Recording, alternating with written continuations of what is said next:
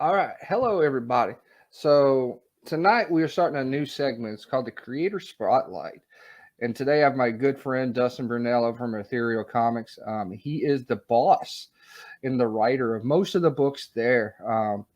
And ironically, about a year ago, I couldn't tell you even how to say Ethereal, because a lot of people don't know about a lot of independent books. Now, we were talking a little bit before. I'm not a Marvel and DC guy. I've not been for a while because there's one word I hate, and that's crossover. Because I don't want to read 8,000 books to understand what the storyline is. So that's why I refuse to read Marvel and DC. We have a lot of good friends that are creators and artists that make some outstanding covers for them. That's about as far as I'll go for buying a book. um, but yeah, and so what I've taken from Ethereal is that they have their own little universe, that's kind of like secluded together, but it kind of stretches your imagination as well. It's like it's not your typical independent books that are out there.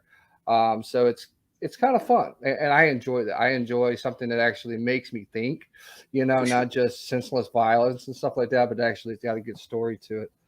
I appreciate that. But welcome everybody. Welcome Dustin. So Dustin, kind of let the folks out there in good YouTube land know where you at and where'd you come from. Oh Lord. Well, my mom and dad, they got together, and well, you know how that happens, Oh and yeah. that's generally where I came from. But um, as where I am, I live up in the fucking sticks. So I live in the mountains of Tennessee, um, which I like because, well, it used to be you'd have to take a hike to get anywhere. Nowadays, everybody's in your fucking backyard. Yeah. But it's uh, when it comes to like comics, I owned a comic shop for a couple years. And when we moved to Tennessee, we closed the shop. We moved, and we got here. We started putting out our own books, self-publishing our own books. Uh, before we even had our own company. We were just trying to figure out if it would work, if we could actually make money doing this. And originally it wasn't about even, making money. It was almost, it was therapeutic for me because when my uncle died, I, I wrote a eulogy, and the eulogy ended up on Facebook, and a couple of artists that we'd known that we valued their opinions, that had been our friends for years, were like, hey, you should write comic books. And I kind of was like, fuck that, I can't write a comic book. And we put out the listener, and the listener did well. We put out listener 2, it did well, so we were like, oh shit, maybe we can maybe we can write comic books. So then we put out Greed, and Greed did better than both the issues of the listener that we'd put out. And it was like, holy shit. And I know you don't like crossovers, but that was our a shared world that we created. Um, and as of yet, we've had very little crossover in the 2 years. But I like shared worlds because it helps Mhm. people to, it helps people that read superhero books kind of ease Yeah. into a new publisher. Whereas we literally have, oh my gosh, right now, I think we're running 9 different titles right Hmm. now. We put out a book, as of this month, we're putting out 2 books a month.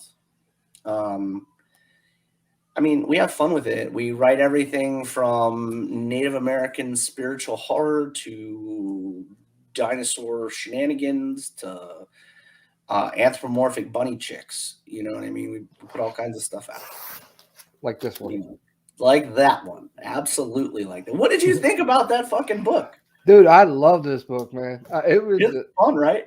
I mean, it was fun. So, guys, let me give you the context. I'm not going to ruin the whole book for you, but think of it as a world where animals are the predominant factors. So for example, you got the different agents, and they're all, the policemen, but they're rabbits, they're mice, they're foxes, they're like, and that's why I read it. I'm like, okay, Agent K, Agent. Like, it kind of makes sense once you start going through. Oh, okay. Well, there's My actually favorite a part. Agent K pillow Oh behind me. yeah. Yeah. My favorite part was the ending, which I will not ruin Oh yeah. because there's some witchery, part Yeah, of it, yeah. which I really like that part. I don't think people were expecting that at all. No. So that was fun, be able to do that. We've actually got the new the statues are going out with this next campaign. Ooh. And they're really, really well done. I'm super in love with them. I definitely want to see that one. Yeah, they're really, really cool. They're about 8 inches tall. And they're all hand painted. They look great. But yeah, it's like that and Babes Going Dinosaurs. Babes Going Dinosaurs is really popular. We're on issue 3 of that. Actually, just came off pre-order recently, so that'll go to print in like a month. Oh yeah. But that's a great one. We've got the campaign for Fallen Leaves just ended, so that's getting all tidied up now, which is great. I love writing fantasy, but I love writing fantasy in a way that you're not used to fantasy. Like our world is a world that is prejudiced against elves. So there's a lot going on there, and our main character is an elf. So she's trying to exist in a world that doesn't want her to exist anyway. So it's a lot of fun. There's magic, swordplay, your normal fantasy things, but within much more serious elements. And you'll have to excuse me because I do have the flu, so I sound like total ass. Oh, you're fine. But there's all kinds of books that we put out that we strive to be different with. Like everything we put out needs to be different than everything else you've seen before, because it's important to you as a reader and as a fan. It's important that I give you 150 fucking %. And not only that, I have to be able to justify selling you a product. Like if I wouldn't buy it myself, I wouldn't try to sell it to you. You know what I mean? And those are things that I try desperately to come across with people, just like BGD. One of the most popular things I get with BGD is, well, I don't want to read about dinosaur strippers. Look, buy the fucking book. Okay, exactly. First, buy the book. It isn't even about dinosaur strippers. So buy the book, and if you don't enjoy it, I'll fucking buy it back. That's how proud I am of the product. The art team's great. The art team for Ethereal for each book is different for the most part. With the exception of Blade and Hunter, he and David Ocampo go together like peanut butter and jelly, in my opinion. Oh yeah. So I love having them together. And besides, he's my art director, and if he says that's the colorist he wants to work with, that's generally how that's going to go. But we definitely push to make sure that we give you guys story that you can vibe with, story that you're not going to know everything right up front. I really think that you should have questions. Yeah. It's boring if you know what the fuck is going on. It's boring. Like when the first 20, so we normally do 32 pages because what we do is we do 24. And then with our pre-orders, if we reach certain numbers, we do an unlock of 6 additional pages. So, and that's no extra cost to you guys. We just add the 6 additional pages.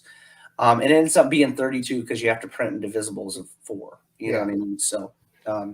So like you guys got the end of If It Hops, the very last page is pretty cool.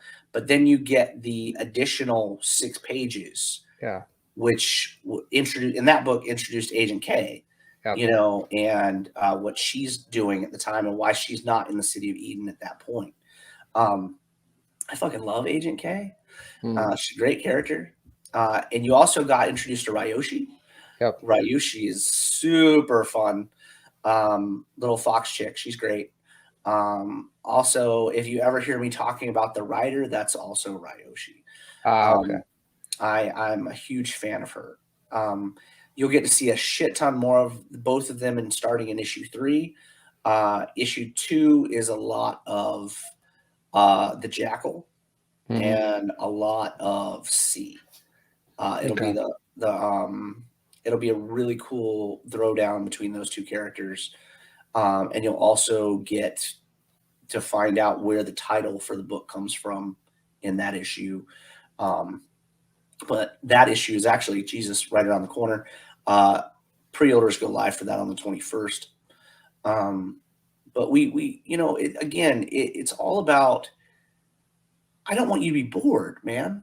Like, I really don't want you to be bored. Like I pick up books anymore and I'm like, this is just ass. You know what I mean? And that's why are you gonna, like I said earlier when we were on my show just a few minutes ago, why on earth would I expect you to spend your time, which is your most important commodity, is your time, your life, reading a boring product just because it's monotonous? Like it's like watching a fucking preview on, or commercial on television. It's monotonous. It's just time spending. Well, it's funny because, like, if you think about, I said the word crossover, and I enjoy a crossover when it makes sense. For sure. Like, Yeah. if I have to read 80 issues to get the plot, I'm already bored. And I've already lost a lot of money because I've spent on 80 books just to figure out what's going on.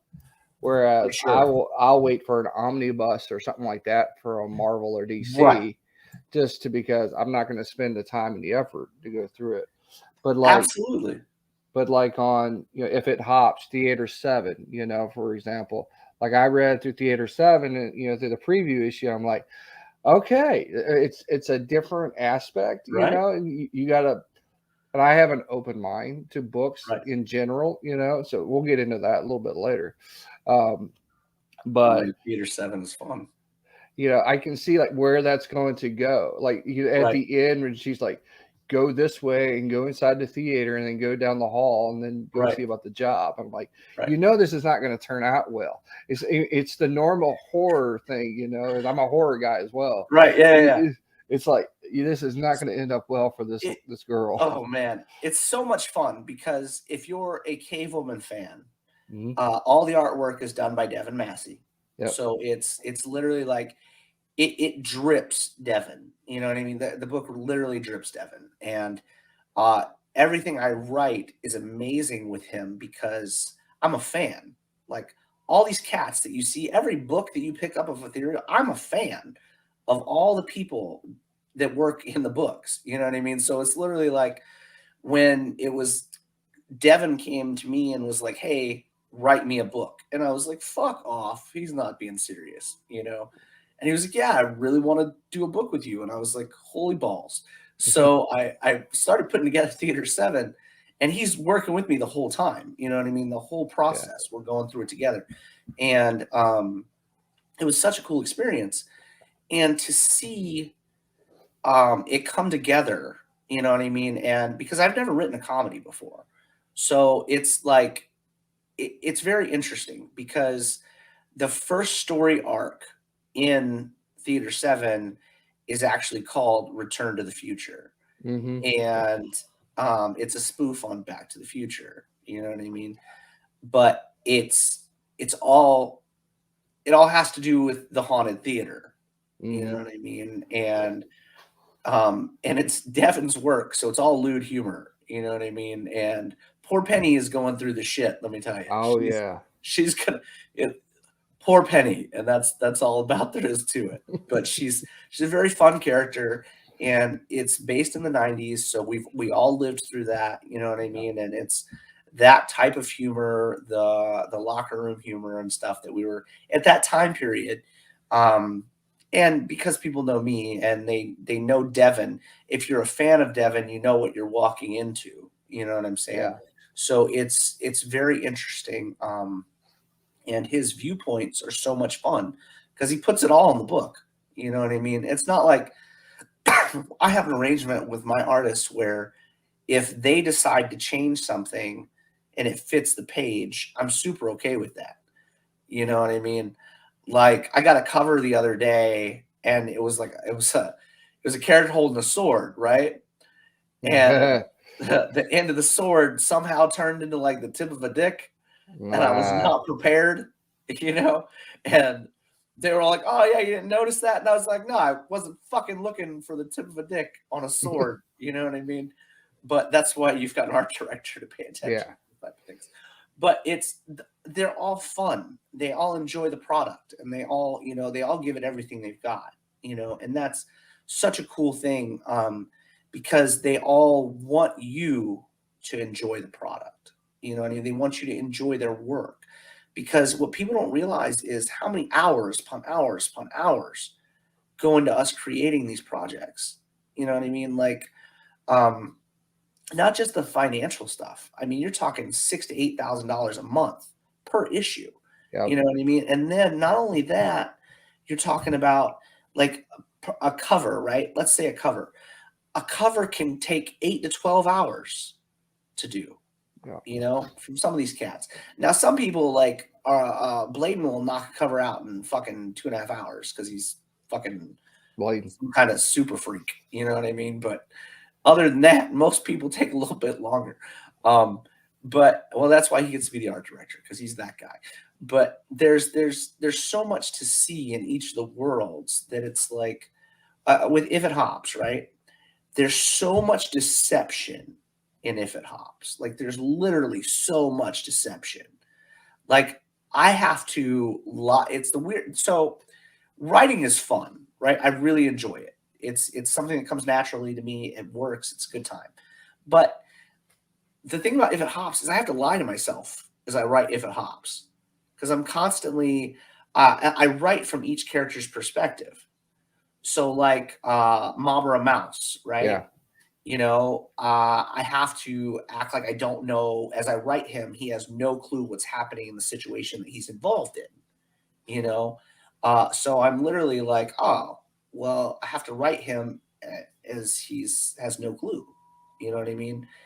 And I also have to write, things like in this book in particular, it's literally, I'll say this, and I've not said this live before. There are so many twists in If It Hops that it's the one book we have that I don't think you can miss an issue. Yeah. Because there's like BGD, you could pick it up, you could miss one or two, and you could be right back into it. You know what I mean? It wouldn't be something. Versus If It Hops is there are nuances to story that if you read it a second time you'll find, or you'll be like, oh shit, you'll be on issue 3 and be like, oh, I saw that way back in issue 1. I remember that's what was happening. You know what I mean? Because the character development is so deep with these characters. Like the Jackal is fucking horrifying. Like it's probably one of the most terrifying characters I've ever created. And you'll get to see, like I said, you'll get to see a lot more of him in this issue coming up. But there is this concept where you have to treat it's like directing a film. You literally have to be able to get one character to lie to another character to create that feeling of reality. You know what I mean? Because you have to suspend belief. If It Hops is the most challenging book I write. It really is, because it's already anthropomorphic characters. So I'm having to get you to suspend that. You know what I mean? Like, the best compliment we've ever received was actually from Devin Massey. He was like, by page 3 of Babes Going Dinosaurs, you forget you're reading about dinosaurs. Yeah. And that's the power. If you can accomplish that, if you can accomplish the fact that by page 3, If It Hops, you don't even give a shit anymore, that's what's up. Because then, now we're past that part. Now we can tell good story. You know what I mean? And now we can be like, is this enough to catch your attention? Is this going to draw you to the next issue? So I was like, when we hit page 24, I was like, as you read Ethereal books, I have a habit. I have a habit that I'm okay with. And when we first started, I had an editor, and he would tell me I couldn't do it. It wouldn't work. Well, it works for me. I have a habit of, I drop a cliffhanger on the end of my books, every issue on the end of my books. And I have to top it at the end of, just because that's how I better myself. Like I'm constantly pushing myself to be a better writer, a better creator. So what I'll do is I'll be like, this is a badass ending. Boom. Drop it right there at the end, right? And then when I get ready for the next book and I'm at the end of the next one, I'm like, oh shit, let me go back to the last one. What kind of cliffhanger did I leave you with? Because it's not about a cliffhanger. And that's what that's the misunderstanding. It's about a page turn. So like as a comic book reader, it's not like a novel, right? With a comic book, when you get to the end of the page, if you're not interested, like if it doesn't catch you, you can put it down. You've not wasted 45 minutes, an hour, 2 hours. Man, this isn't for me. The cover is cool. I'll collect the covers. The interior is not for me. But if you can master the page turn and you can get the fans to appreciate what you're putting out and the content's good, don't fucking trick people into bullshit content. Yeah. Content is good. Good content. Give them the best you can fucking give them. And then you have a page turn. Now they want to see what's on the next page. What's interesting. Doesn't have to be action. Doesn't have to be suspense. Doesn't have to be fucking. As long as it's interesting. Investing, in character development. So now you've turned the page. And you're like, oh, this is cool. I can dig this. Get to the next one. Oh, I turned the page. I remember my letterer one day, he was like, Dustin, you do this naturally. I had never heard of the page turn. I didn't know what the fuck it was. I didn't go to school for this. I went to school. I'm an engineer. Yeah. I didn't go to school for this. So he was like, this, you have a talent of bringing out the page turn. And I was like, oh, fuck, I learned a new word or a fucking new term. I didn't know what that was. So as you go through, you're looking and you're page turning. Well, at the end of the book, I was like, well, we're at the end now. Where's the page turn? Where's the pick up the book next month? So that's when I decided that I would have to top myself at the end of every single issue. And the editor was like, you're going to drive yourself fucking crazy. And I was like, no, it doesn't have to be better than every IP's issue, just every issue of this book. Yeah. I have to better myself in this book. And I do that for all of our books. I Well, constantly try to be better. the last person I see that did that was Larry Hama. Okay. When Larry Hama used to write Wolverine. Oh, yeah. Mark Yeah. Silvestri, like during the 90s. Yeah. To this day, that's my favorite Wolverine series of all time. For sure. Because it twisted you. It made you twist your mind around, like, where is he going to go? What is the story going to be like? And that's how I looked at it with If It Hops at the end, was like, it's a twist, and now you're twisted to like, where is it going to go? I want to read. It's the old school mentality of a comic book of you want to read it, you want to see it. You're not just collecting a comic book to collect a comic book anymore. That's my drive. I want you to enjoy it because again, I wouldn't try to sell it to you if I didn't enjoy it. You know what I mean? And I can pick up my books and read my books, and I'm my own worst critic. Like I really am. And most of us are, but it's like, as I go through it, I'm like, well, what could I do better? You know what I'm saying? Mm-hmm. Naturally, what can I do better? And like, I feel like as we move through this story with Agent C, you're going to get introduced to Agent K, which you've met. You're going to get introduced to Agent J. Agent J is great. He's the only male agent. He's an otter. He's fun. He's an absolute prick. But you have these characters where you're constantly building their personal rapport with your reader, and that's what we as creators are doing. We're constantly building rapport with the reader. Are we giving you, again, your time, your money? You know what I mean? Is it worth it? And I just feel like you have to give people meat. I am a big old boy. I like good food. You know what I mean? I like a good story. I like, man, look, it's with If It Hops, there's this concept of constant unknown, and there will always be constant unknown with If It Hops. There's going to be moments when you're like, holy shit, I didn't realize that. But that's fun because, like I said, if you figure it out too early, it's fucking bullshit. I suck if you figure it out too early. You know what I mean? Because again, I'm having to figure out how to lie to my own characters in my own head. You know what I mean? Like you're putting it down on paper and you're like, so and so is not supposed to know that yet. You know what I mean? This is not, how do we work around so and so not knowing this? You know, how does that, because now you're doing dialogue.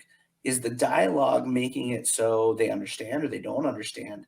Because again, it's not two people talking. It's you trying to figure out how so and so is telling so and so something. You know? Well, and like when I was reading it, Agent C says, "How did the jackal get out again?" After she had put him away, and then the chief kind of twists it a little bit. It's like he's a part of it somehow. You just don't know how. The why. So I'm interested to see what happens with him, because he's a character you can see is going to be built up. Yeah, the chief is a lot of fun. He's a big old boy too. There are a couple characters that have, the chief is one to pay attention to. Kay is one to pay attention to. You're also going to meet, you'll meet C's brother in the next couple issues. He's a great character. Again, Ryoshi is so much bigger than we've shown you at all. She's huge in the series. You've also got this concept of, again, the title. So if, all of my titles are very, very relevant, every single one of them is very, very relevant. Whether it's The Listener, Greed, Babes, Gore, and Dinosaurs. Babes, Gore, and Dinosaurs is the most literal of all of them. Yeah. But the other ones are very, very tied into the story themselves. Frog Legs, My Metal Girl, they're all very, very tied into the actual story themselves. And I think that as you progress, you'll find that If It Hops is going to be something that is, again, probably the most terrifying book out of all the books we put out. And I think it's funny because people come in and they're like, oh, there's boobs. And you're like, yeah, there's boobs. There's boobs in all my books. Exactly. You know what I mean? So it's more to, I think it's because it became part of the Ethereal almost spice. It's when you come to the brand, you have expectations. Yeah. You know what I mean? You expect the explosions, you expect the good action. It doesn't have to be over the top, but it all works. It's all natural. You know what I'm saying? If there's a love story in any of our books, it's a very fluid thing. It's not thrown in your face. There's a story behind it. It builds up. There's excuse me. The flu sucks.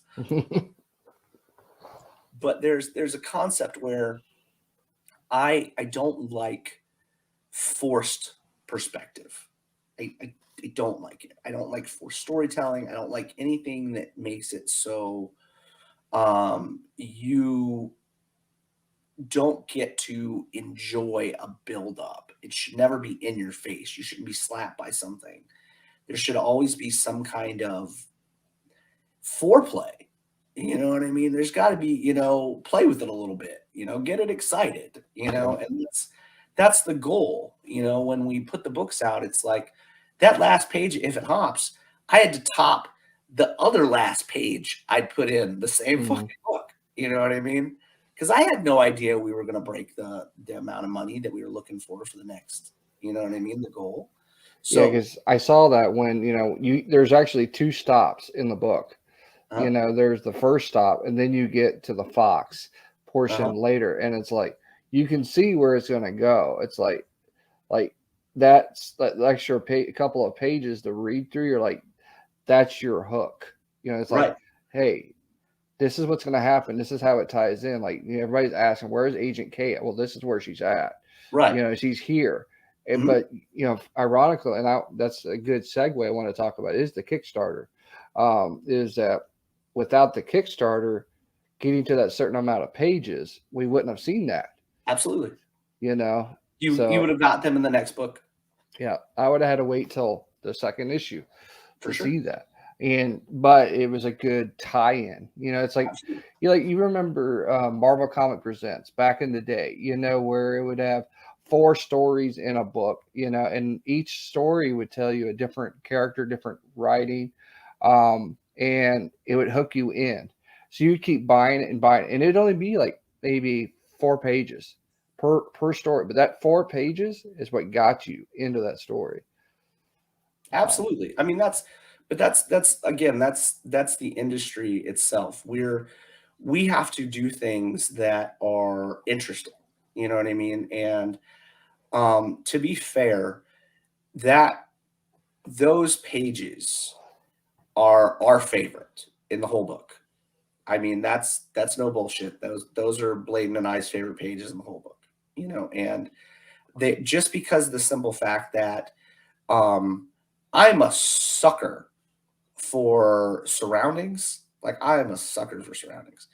And if you look at BGD, we went over the top with BGD, and that whole desert area where you're going into the Fox tribe was just so much fun for us because David colored it so beautifully, and we were just like, you know what I mean? This is more than even we expected it to be, So as it's coming out, we're just going I'm always blown away anyway, you know what I mean? But those guys have a way of bringing anything I put on paper to life in a spectacular fashion.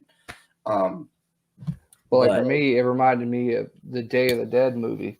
Like when they're all underneath the bunker, they're in this little area, they're contained in this situation. It's like you don't know what's happening, and what's going to happen next.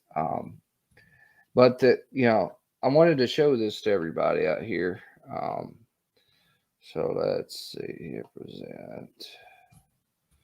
I wanted to show this one. And we're going to show that one. Okay.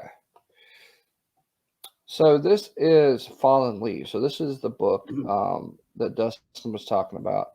It just ended today. Today was, and you see how, and if you're new to Kickstarter, let me explain it a little bit to everybody. So a lot of independent books go through Kickstarter because it's the people that actually want to see the real book come out. That we all support the books, we support the artists and the writers, because we want to see them be successful. For me, I've been backing books for years, and I appreciate it because I appreciate the time and the effort that goes into it. And so what happens is when you back a book, you're saying, here's my pledge. I pledge to you as a writer, as to a creator, that I will support you to get this book out. Now, there's a lot that's entailed into that. I've helped out with a couple of these, and the hardest part is getting everybody's information. Number one, like trying to do the backer kits and the surveys. To me, was one of the hardest things because you want to get everything accurate so you get their stuff out to everybody. But as you can see here, I wanted to highlight. So Dustin was saying, okay, it costs X amount of dollars to make a book. Okay. That's one book. That's not every cover either. It's like every cover could be a cost as well because every variant that you're running could be an imprint of how many you have to do. So when people see like you made, 300% or, whatever on top of it, don't think of it as that way, but think of it as this is covering everything to get the book to you. Absolutely. I mean the $8,000 is not including the shipping. It's not including the printing. The printing alone for this book, the printing is going to be about $6,500. The shipping is going to be about $2,000.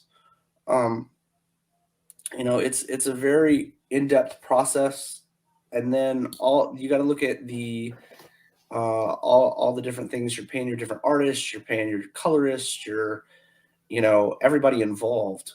Your ad firms, your ad managers, you're paying them, you're paying. I mean, if you're doing the art yourself, that's one thing. I don't do the art, so I have to pay a full team of artists. And if you're doing it right, you're not doing it cheap. No. Yeah, I've got those cheap books in from a Kickstarter before. Well, there's you know? plenty of the cheap ones out there. I mean, but you try to make sure that we give you the best we can give you.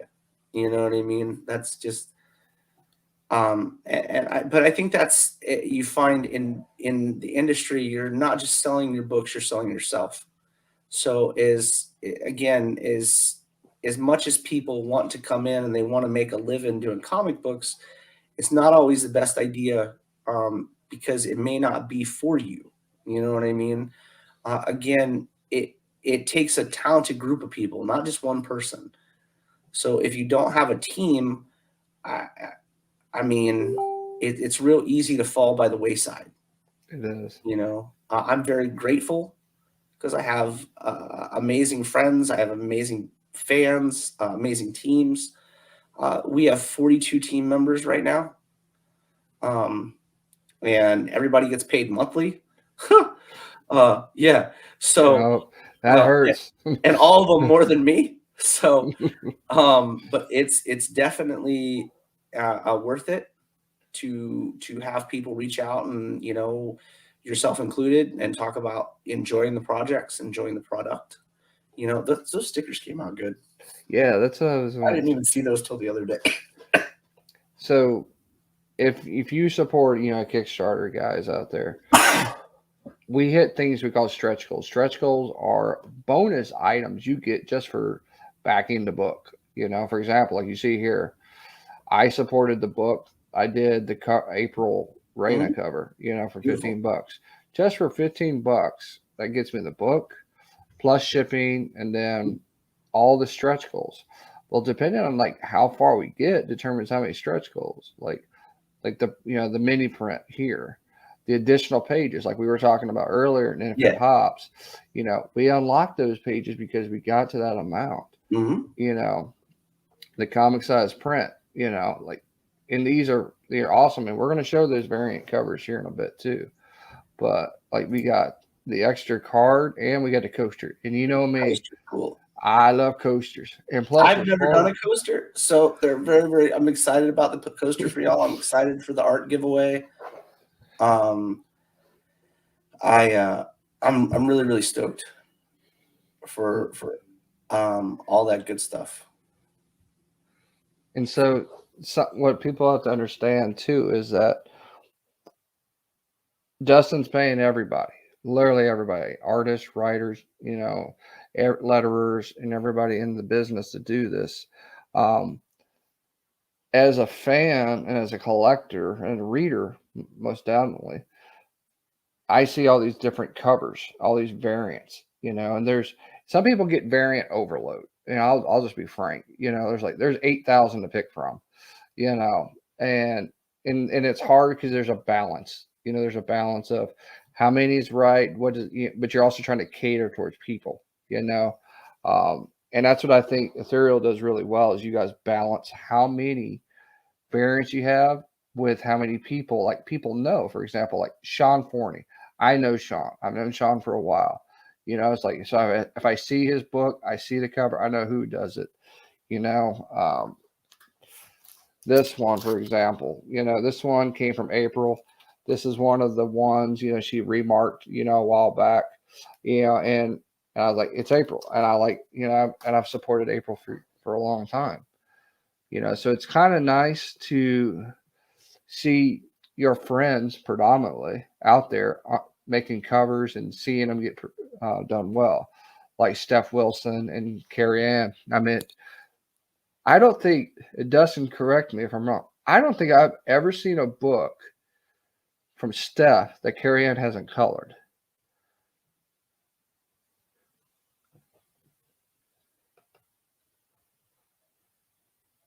So the so we get multiples of these for everyone to be able to pick, which is nice. This one's David Ocampo, so this is the colorist doing the actual cover. Because some people do that. There are people that do um, pencils and inks and colors. You know, Bladen. This is he's predominantly the one that does most of the coloring, and Dave Kemp does the colorings with him. So And then this is, so like, for example, this is the Fallen Leaves cover I picked, because I like April's take on it. That's just me. April, Nia Rufino, Sabine Rich, those kind of people, it's like those. I like that kind of artistic thing. And Bladen, of course, too. But that's just how I am. So you get options, you get the things that you can pick from here. And the nice thing about this, guys, is that once you get through the normal, there's the other options. So hey, the risque, the wild, as it's called, and you'll see things like this, but that won't be covered in the real book. And so why I want to bring this up is support your actual artists and writers by doing Kickstarters, because you're going to see some eventually, like I know, Dustin, some of yours get sent actually to comic shops as well.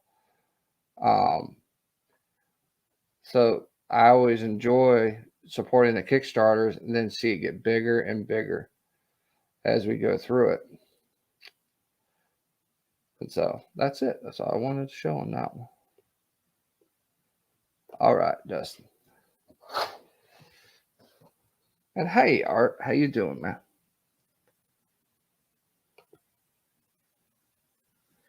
All right.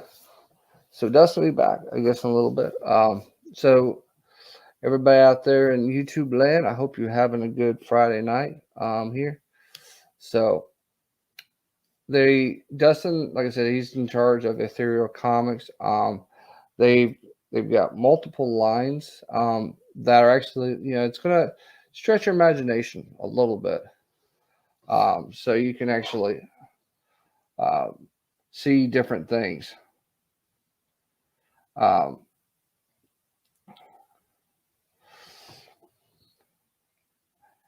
Yeah, so the big thing I wanted to bring up too tonight is that they've got a lot of options out there for stories. And I wanted to show, like, there's other independent books out there other than just Marvel and DC, because there's a misconception that independent books don't take things the same.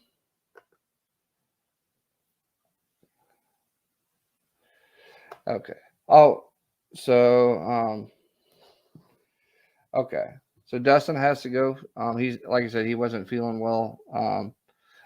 So he's going to head out for the night, and then we'll get back with him. So I wanted to talk a little bit too about him and talk about his actual books. He has two brandings. He's got the red brand, the blue brand.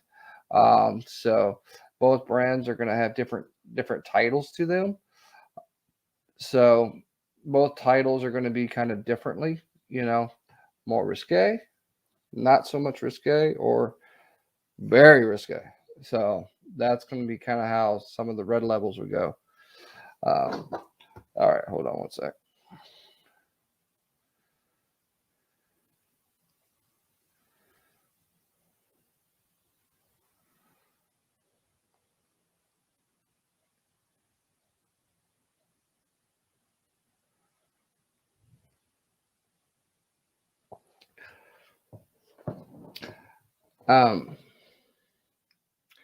So with that being said, he's not feeling well, so let him go rest. We're gonna call it tonight. Go support the books out there. Like I said, Ethereal Comics. And what I'm going to do, if you see here, I'm going to put a link into the chat for all of us.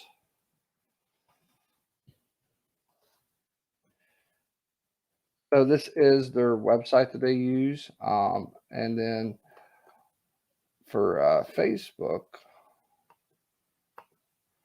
I'm going to get you their link too. Because it's good to go follow these guys. They're good people. And they're just trying to give good books to good people so we have fun stuff to read. And that's what we always want.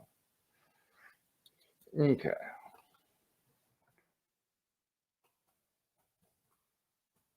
All right. And that's the Facebook group for Ethereal Comics. All right. With that being said, like I said, I'm gonna cut it tonight, guys. And we'll be back next Friday with our normal um, just get together shenanigans with everybody. Um, Tattoo Toy Hunter, myself, Dondi, and everybody, we're hanging out this weekend as well. So we're all busy. We hope everybody has a good night and take it easy. And I'll see you on the next one. All right, all right, all right.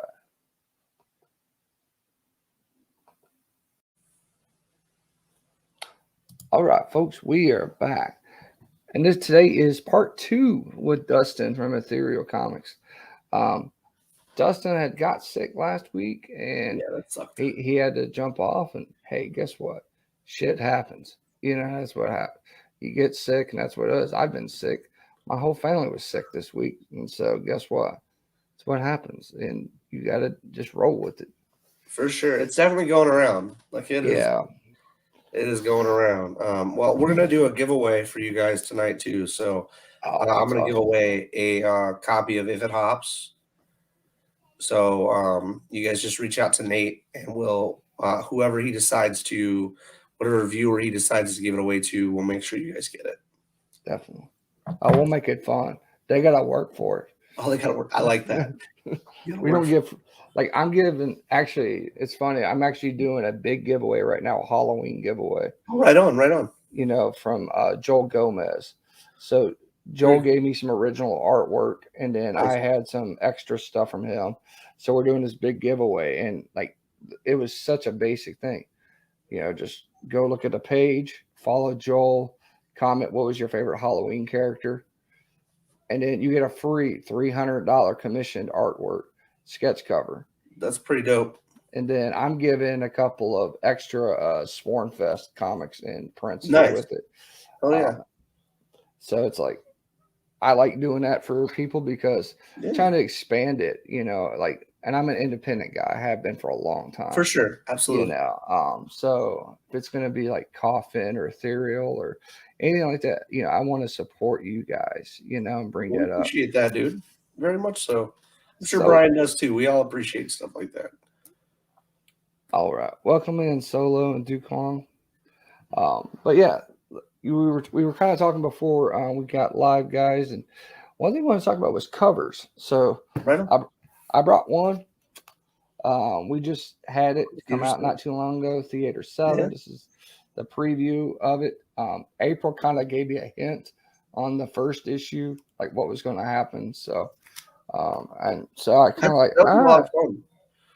Theater 7 was blast. Yeah, and this is not for us. Let's just say this is not safe for work, and it's not safe for around your kids. So I don't think anything we put out is. You know what? Actually, the listener, you could probably get away with the listener at work, but I don't think you could get anything with else. Well, I mean, If It Hops, I mean, really, when I read it and going through it, it seemed like just like a normal day for any normal human person.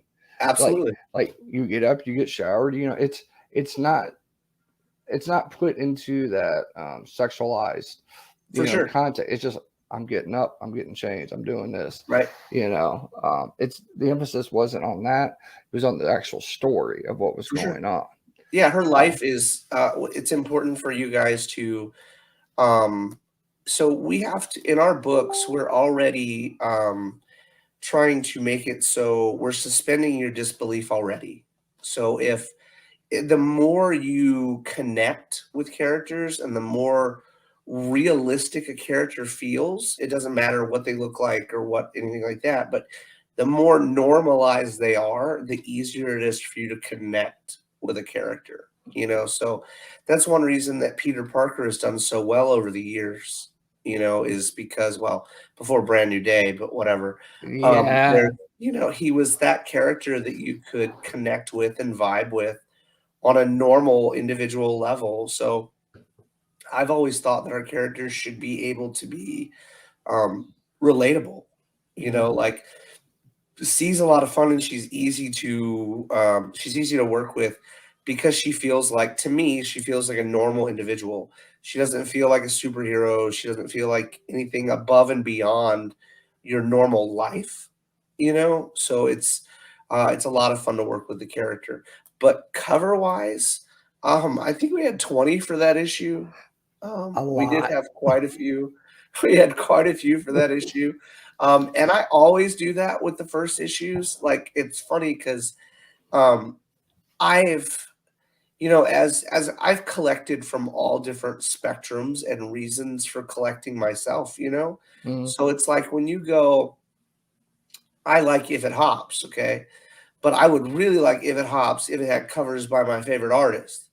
Yeah. So if you drop in 10 different artists, then all of a sudden now you've got wild editions for all those 10 different artists as well. But now all of a sudden they're going, oh shoot, that's my favorite individual, whether male, female, whatever, what have you, is doing covers for that. I'm gonna go after those covers, So we always try to make it accessible to individuals, especially on the first issues. So it's like, okay, cool. Well, you found a spot. This is, a good reading point because it's issue one. You're jumping in, and now you've got your favorite artist cover on there. So like I think issue two has 18, so it doesn't have that many much left, but it's got a good variety in there. Um, Mike DeBalfo's on this one. Marissa Pope's on this one. You've got Lena Dye, of course, is on there. There's a bunch of really really cool folks on this particular issue's covers that I'm excited to see, and really really hyped about it. We've also got a new one from an artist, and now I can't find their name because I'm ridiculous like that. But Leighton, Ah, what is Leighton's last name? I don't know, but it's incredible. I've never seen anything like it before. It's very, very different. If you follow me on Facebook, it's actually like my banner on Facebook right now.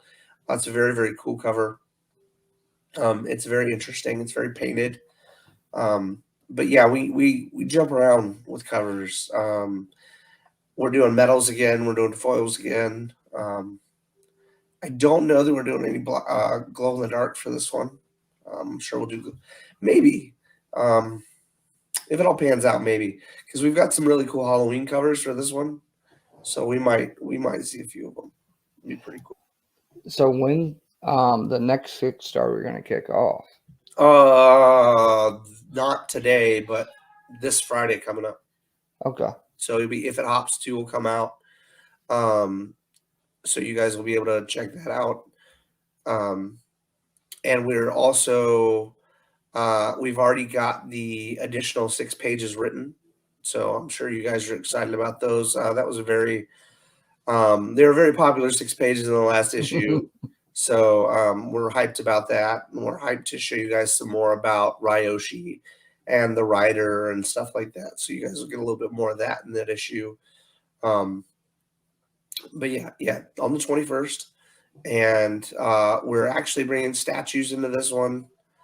I think the statues are $375 a piece, but we're only doing 10 of them, but they're 8 inches tall, hand painted, and they're super dope. Like, no wonky eyes on our statue, guys, I promise. No cat eyes like here. Yeah, There, none of yeah. that. Yeah. No, none of that stuff. And then the sticker sheets are on there.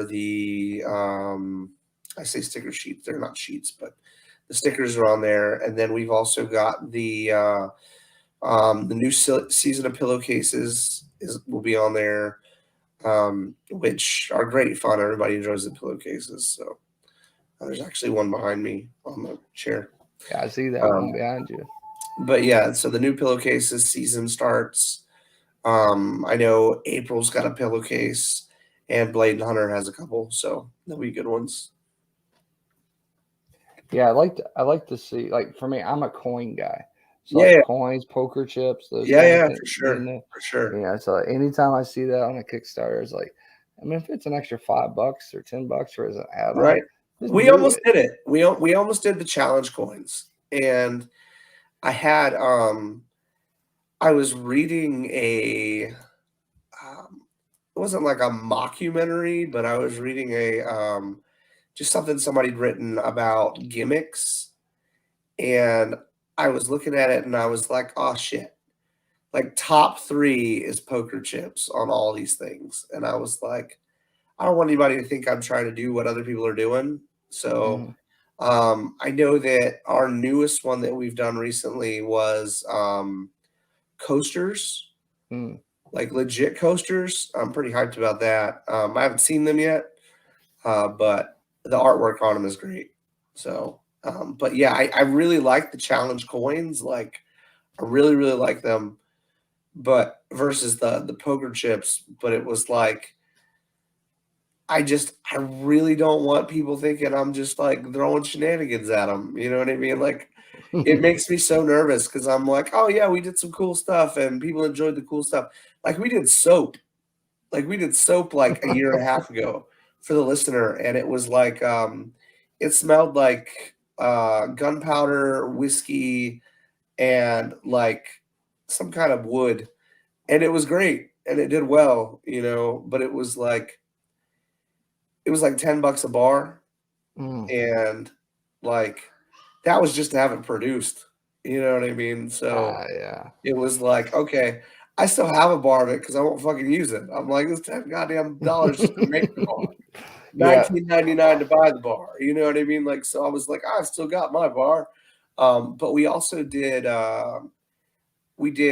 dice. We did D20 sets of dice, and that was cool. And they look like bones, like colored like a bone would be, like a worn bone. That was pretty cool.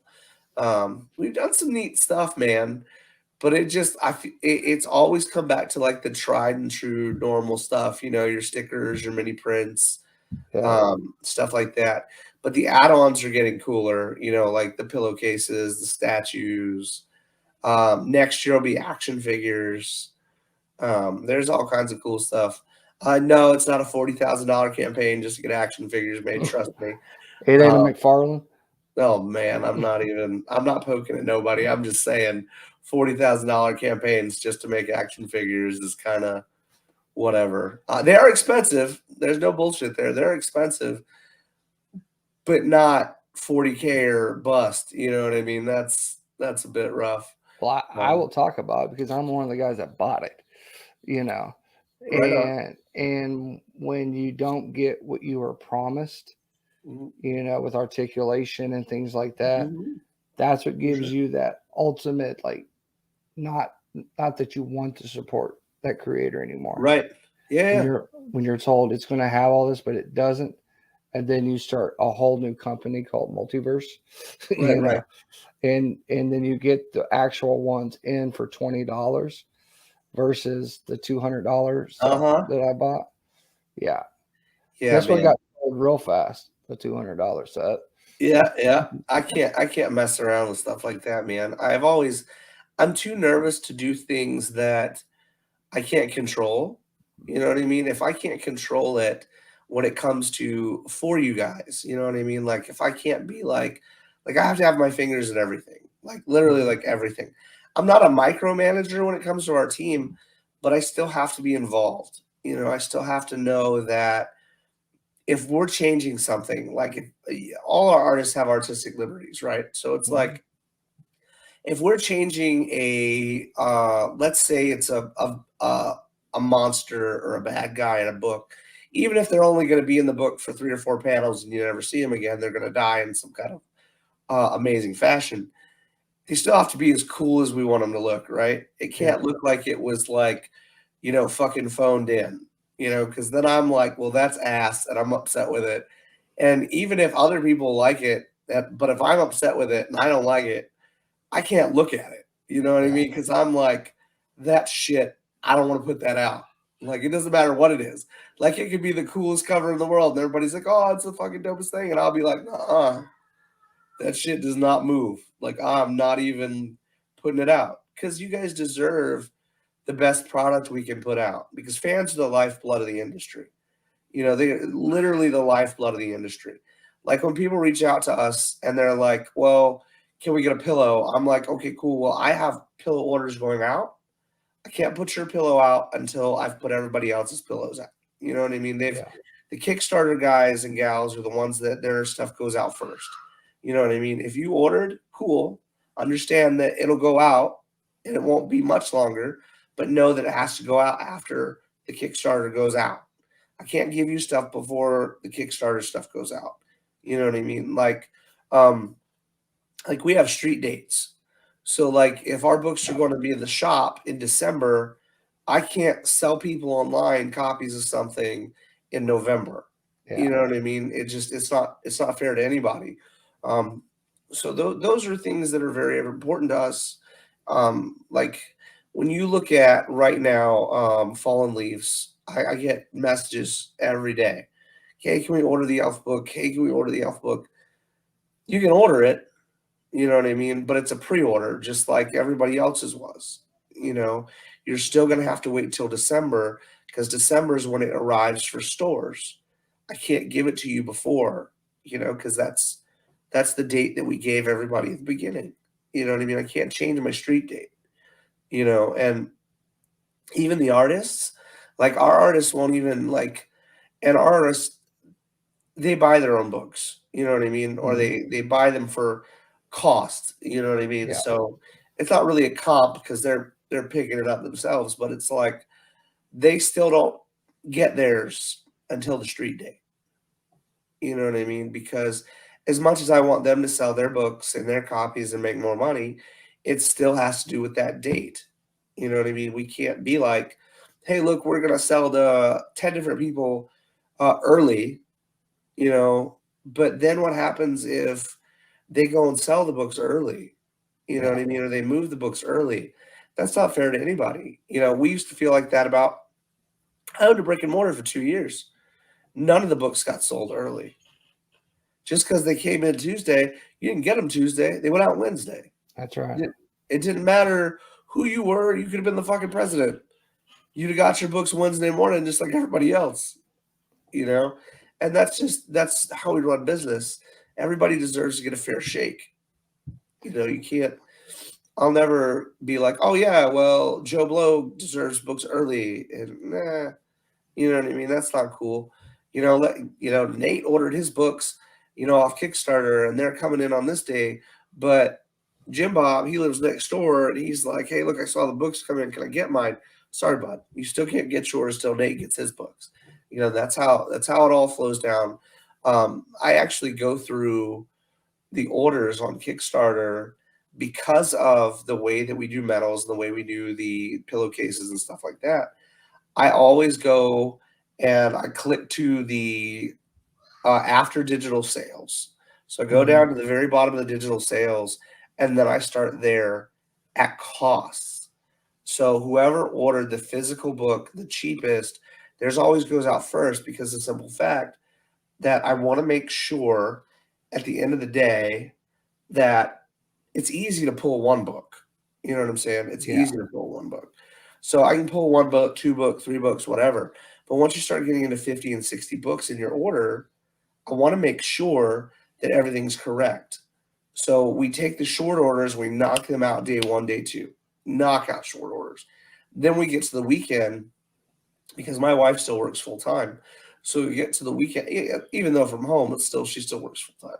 But on the weekend, like it'll be Saturday morning, she and I'll go in and pull the large orders and we'll go back and check each order to make sure they're all accurate. You know what I mean? And then, you know, we'll throw a couple extra stickers in there. We'll throw some stuff in there. It doesn't, whatever, you know what I mean? But it's like, we just want to make sure that everybody's orders are right, you know, and it's easier for us to do it together. And it's easier for us to do it in a way that we can make sure the order's right if we can take our time. Like I said, the short orders are super easy. Like there's boxes of If It Hops on the floor behind me that need to go up in my office. But what I'll do is I'll put the If It Hops books down when they come in, and then I'll go through them and I'll pull all the orders, you know, and then I'll be like, okay, well now we're up to like 15 issue orders, 16 issue orders. Let's pull these, you know, and then I'll go in and I mean, after we count them, first we count all the books that come in. That's the very first thing we do, because if you have to order books, you want to order them as soon as you can possibly order them. Oh yeah. You know what I mean? Because no one wants to wait. I'm not saying not the consumers don't want to wait. You yourself as well, because now you're like, oh shit, I got to order 2 more foils because they got jacked up. Well, if you have time, because the way that we pre-order, we do the 90 days, just like Previews does. Yeah. So if the stuff comes in wrong, that gives me plenty of time to reorder it and make sure everybody gets the correct stuff. No one wants to go, oh man, you're gonna have to wait 3 more weeks because da. You know what I mean? Because your book didn't come in. Now, what happens if there's like an act of God? Now all of a sudden, now you're not just 3 weeks. Now you're plus the act of God time on top of it, and you're just like, fuck, man. You know what I mean? So you got to make sure that you can do it all in a timely fashion. So we've got it down to a pretty good science. And as we get larger, we've like my sister comes over and my brother-in-law comes over and they help pull, but they're paid employees, so you guys aren't getting shit. They're literally paid employees by the hour, so if they fuck up, that's get paid on them, you know what I mean? And they know it. They don't, any order that's fucked up, they get it's a certain amount of money that comes off, because then I got to go back and redo the order, and I check all the orders anyway.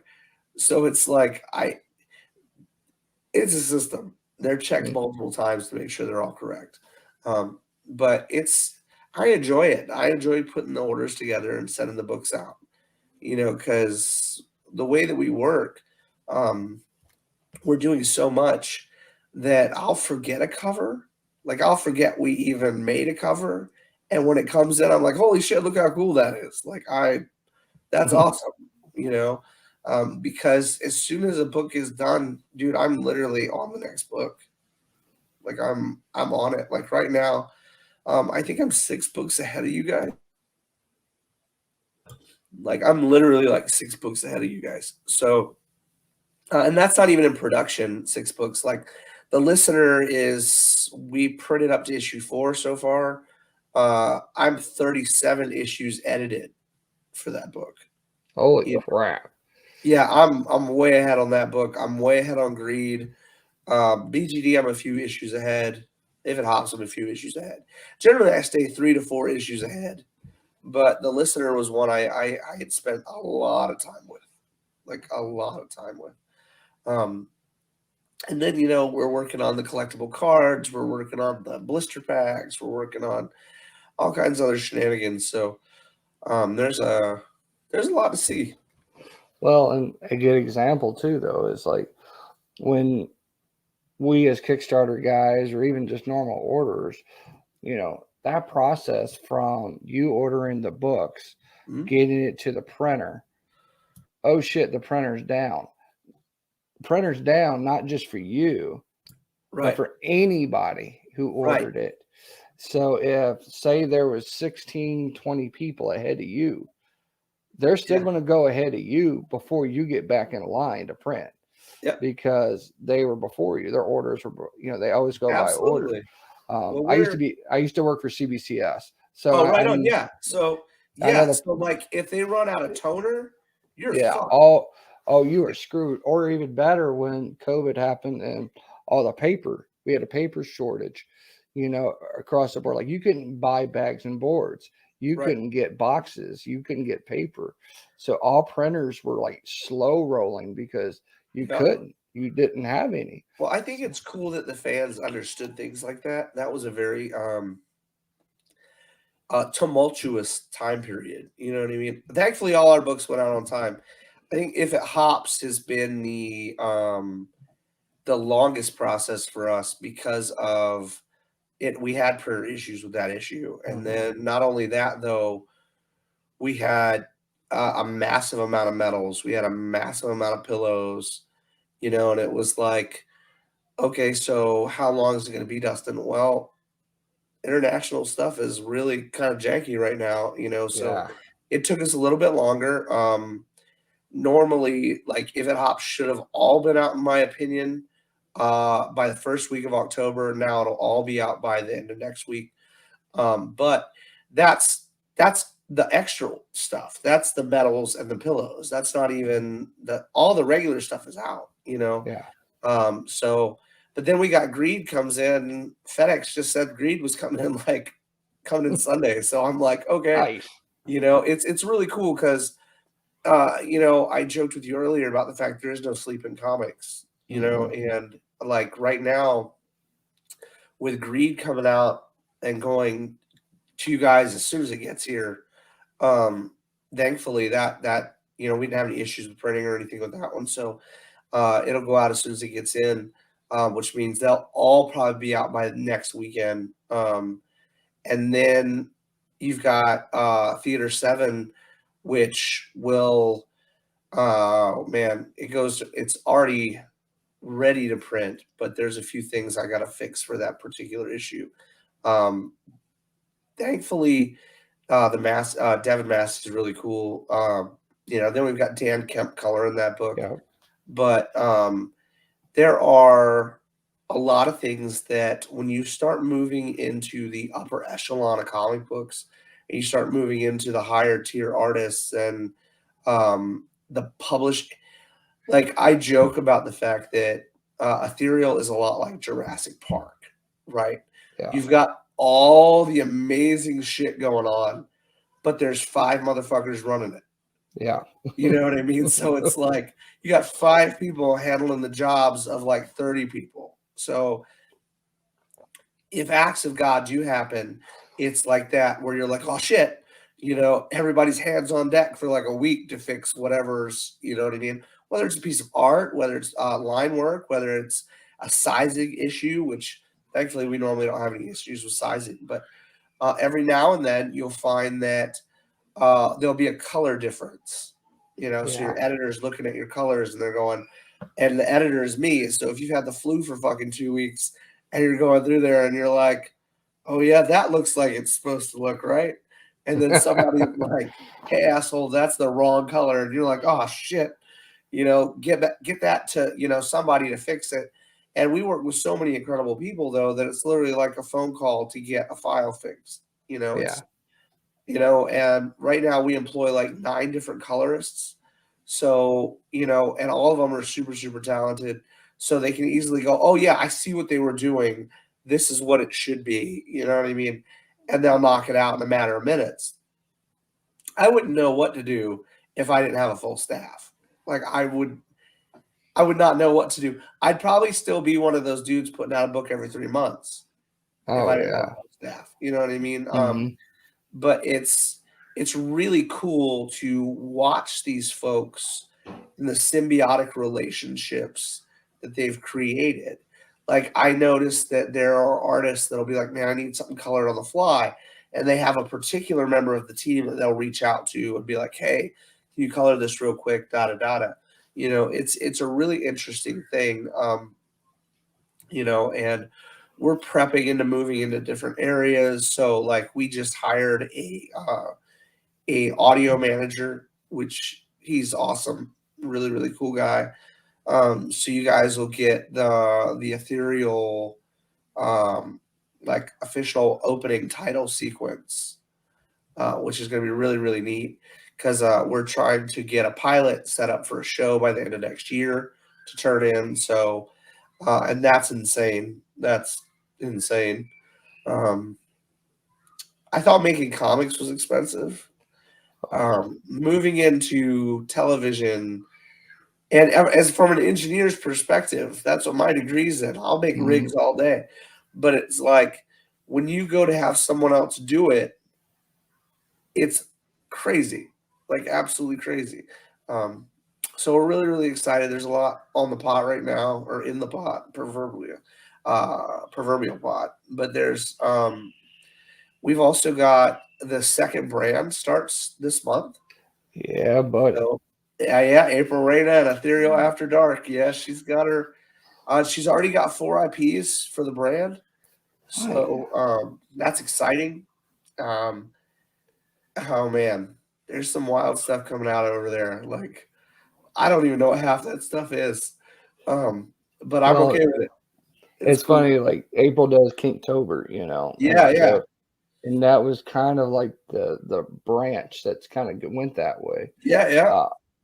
Because Yep. before Ethereal, April kind of worked with everybody, you Mhm. know, and she still does some, but I've seen her like predominantly just like stay Ethereal now. Yep. You Well, know, she manages that brand now, so she's yeah. very like she's very brand loyal. We love working with April. I wouldn't know what to do without her. Mm-mm. But she's moved her Squee books, her Kinktober books, over to Ethereal After Dark. Mhm. This will be the first release. I think that's actually the 21st as well. That drops for pre-order. The cool thing about that now, though, more so than ever, is you guys can request copyrighted characters to be used in the artwork that you're requesting. Holy shitballs. I've seen some of it. My poor bunny. Y'all ask for horrible things to happen to my poor characters, let me tell you. Agent C, she gets worked up a little bit over there. Mhm. But she's also got a penny piece from Theater 7 that they're doing over there. She's got some of our elves over there right now that she's doing some stuff with. But it's a lot of fun because you guys request one of the days of the month, and then they're themed days. So you pre-order yourself one of the themed days. They're pretty wild, and it's cool stuff. Like, it's super, super cool. I know that Lieris Cross, who does our book Underland, which the preview came out a couple months ago. Yeah. The full release is in November. She does all the interior artwork and colors for Underland, and it's beautiful. She's actually got a book called Rain that she puts out that she's actually bringing to Ethereal After Dark. So you guys will be able to pick that up. I think the next issue comes out in January, February, Okay. right around then. So not only will you have 1 to 2 books a month from Ethereal on the blue side, you'll start seeing the red side dabbled in every couple months. So that's really thrilling to know that that's already taken off in that direction, because it's just been a thought, in our heads for about 8 months. Bladen and I have talked about it, and what we could do, because none of us are ignorant, right? So, Yeah. like, when it comes to our characters, we understand the eye candy. We understand the concepts. I'm a very big story guy. Like, I'm a very, very big story guy. Like, if the story doesn't work, I don't give a shit what it looks like. It's not gonna work for me if the story's not good. So, like, when it comes to like Penny and Theater 7, the fan art that I got, I was not expecting. I was not prepared for. Mhm. It was cool. I get a lot of it, and it's cool. But I don't think I look at the characters like other people look at them. You know what I mean? Like, Yeah. it's a very, it's almost like your children, right? So you're putting your children out there, and I get that some of my children have big boobs and run around naked. I understand it. But when other people talk about it, it seems so funny to me. Like, they'll be like, "Oh, did you see that nude like 11 by 17 that one of the ethereal artists did of Penny or whatever?" And I'll be like, "No, I didn't fucking see it. Do you want to see it?" "No, I'm all right." You know what I mean? It's cool though. I hope you guys dig it. You know what I mean? I don't need to see it, because it's funny. I don't know what I look like naked, but I can tell you what our characters look like naked. You know what I mean? Like, you see them all the time. Like, it's so much so that we get desensitized to seeing them. You know what I mean? Like, it's another day at the office. When people are like, "Oh man, did you see that dope ass piece? That wild cover." You're like, "Yeah, it's really, really pretty," because that's what it is. It's really pretty art to me. You know what I mean? So when I turn around, they're like, "No, did you see what's going on it?" And I'm like, No, I couldn't really tell you. You know what I mean? I couldn't.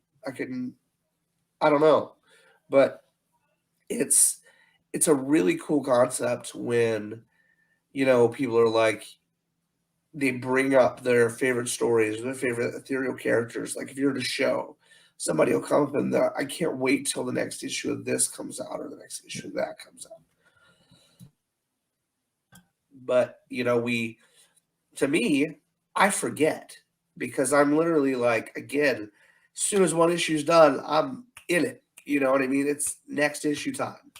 Like I don't have the wherewithal to be like, man, did you see how good this did or how great, people's opinions are of it?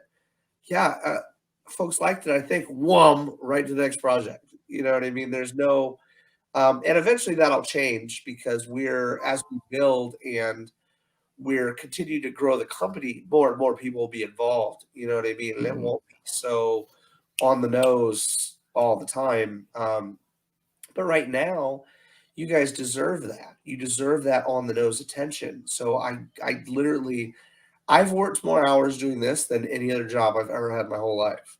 And it sounds funny to say that, but it's literally like you don't think about when you're on the computer, right? You're on a computer, you're playing a video game, you're whatever. Time flies. Like it flies, and I'll be on here at like 9 o'clock when everybody goes to bed.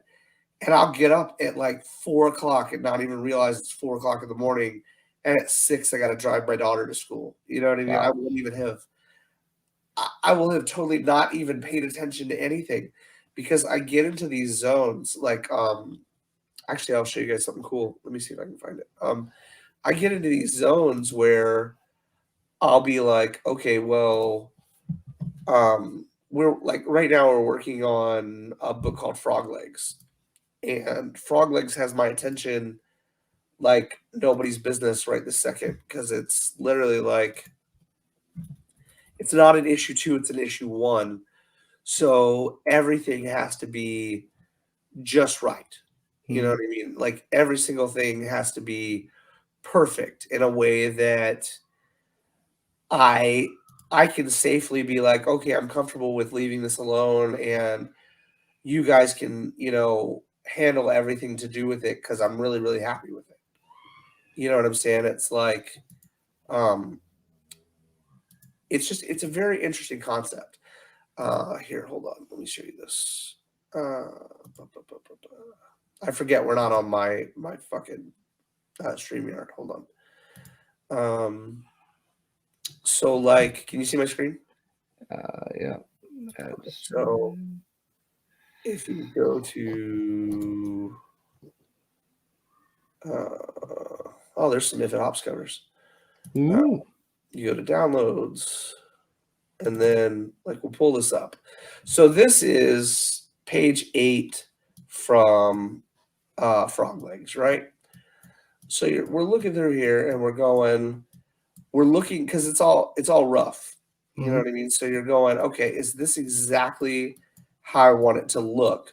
Because the minute I say yes, then it goes to ink. You know what I mean? Now we're going and we're adding the details, we're adding the fine lines. It has to be just right because it's not fair to Elberty if I approve it and then we have to go through and he has to change things. You know what I mean? Yeah. So we go through, we make sure it's okay. I think you guys will really enjoy Frog Legs. It has to do with it's in the world of the listener. They share the same world. And so you'll see characters from Greed in it every now and then. You'll see characters from the listener in it. But primarily it's a very standalone book. But I wanted it to be in that world so I could use the lore in that world with it. It's actually about a dude that is a chef that's graduated from college and culinary school that used to live in Louisiana. He's moved back to Louisiana to open his own tiny little restaurant, called Mudbugs. And he meets this Creole chick, and she's bad. She's a bad chick. And but she ends up being our main protagonist throughout the story. So it's a lot of fun.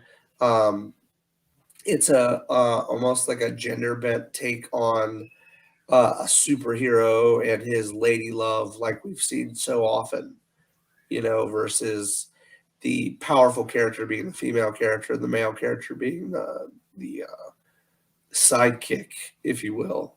So it should be a lot of fun. So you can see a lot of voodoo stuff there, and that book has tested my dialogue abilities like no other, like no fucking other. To the point where I was taking classes, watching videos, like hours bought in, trying to make sure that I did it right. Because back in the day, when we were kids, we always thought Gambit had the best accent. Yep, the Creole. Right, but it wasn't fucking real. No, it's not. Like it was bullshit. So, like when I got into it, I was like, "This is all bullshit," And I'm like, because when I write BGD, we have Maya in it, and Maya speaks Spanglish. It's very broken dialogue between the two different languages, and that's okay. That's a very normal thing in the United States, I think, in my opinion, anyway. But when it comes to the Creole stuff, it was like, who the fuck do you know that speaks Creole? You know what I mean? Or even like, Cajun or Cajun French. You know what I mean? Because there's like 4 languages in that like state alone. In Louisiana, down the bayou. Man, so I had a lot of fun with it. Getting the dialogue right on that one. And I think everybody will enjoy it. We dropped that book in January or February, depending on how Alberti feels about it, and the inks and stuff as we get closer to it.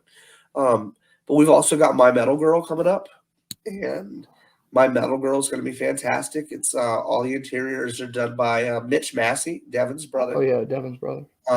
And it's very reminiscent of like your late 80s, early 90s manga type of stuff, but it is full color. I found most of our fans really enjoy the color versus black and white, which is cool. I had never done a black and white book before, but bringing on the Massies, I was like, man, maybe we'll make the attempt, so, but the feedback was generally, people enjoy the color work. So it'll definitely stay in color.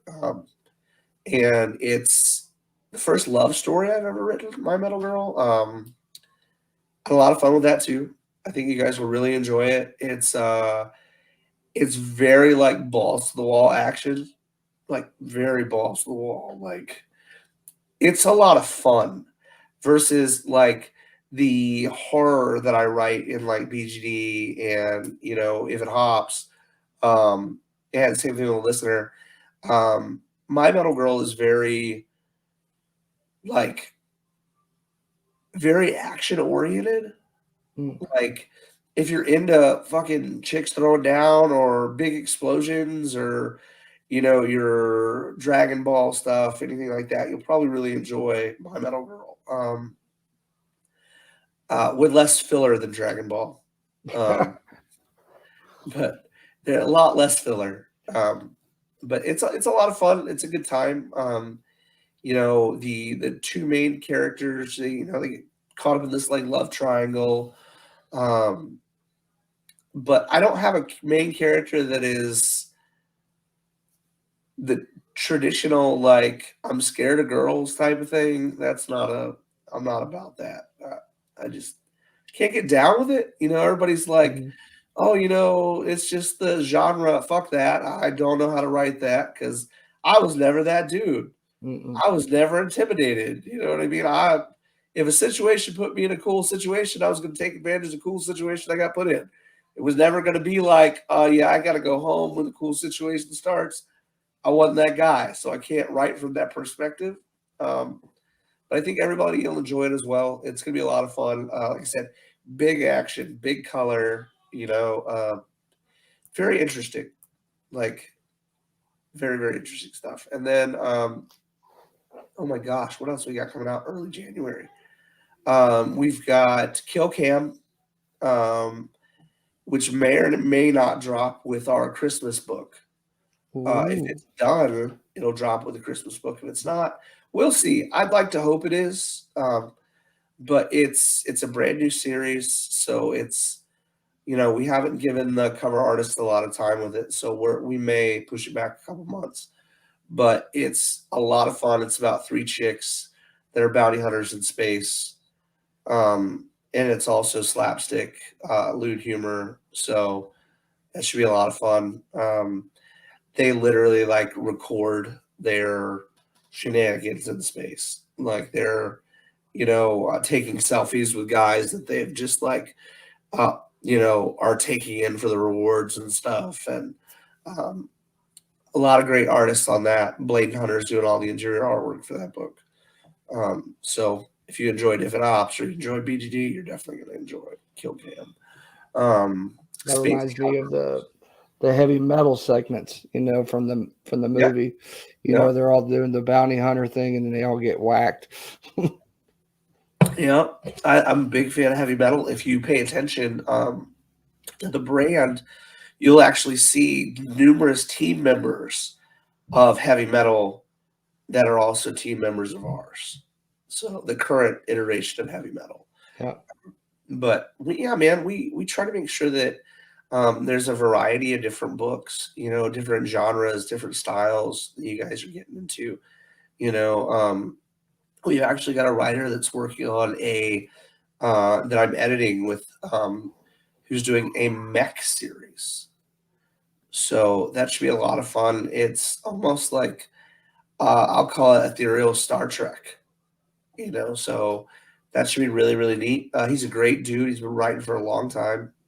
Gene, he's a good dude. And you guys will get to see his first piece will be out, I think, middle next year. The first issue of that's supposed to drop. So and that's literally like,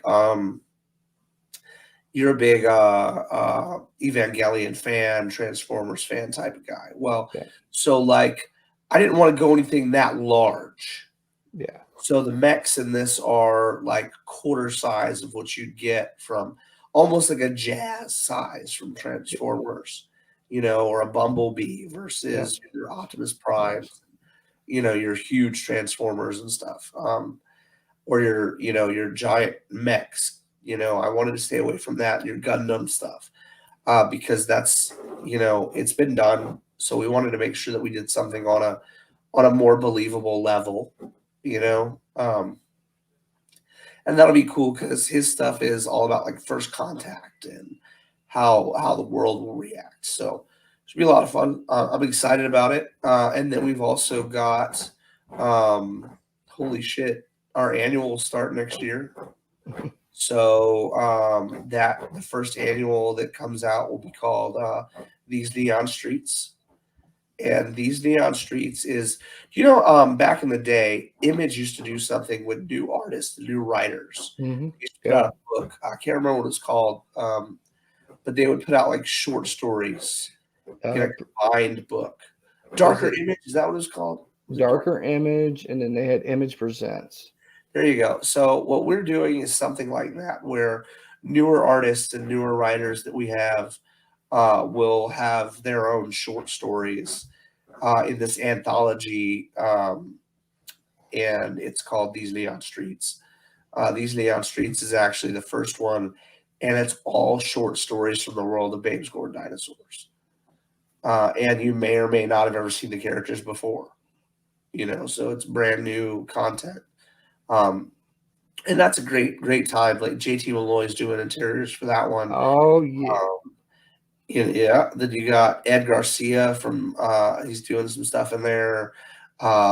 David Acampo, Blade Hunter, April Reyna's doing stuff in there. It's going to be a good one. I'm really excited about it. JT Malloy's stuff is already done, so that looks great. He did this really cool. So what I did with everybody was I gave them a beginning, middle, and end. So I co-wrote these stories with everyone, and it was a lot of fun to see where their minds took them to get them to the destinations where I wanted them to be.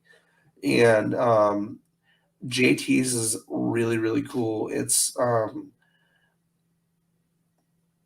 my gosh, like it's something like I've never done before. Like it really is. It's almost like a very in-your-face twist. Like it's only like 6 pages, but it's like you think you've got it, and you really have zero clue.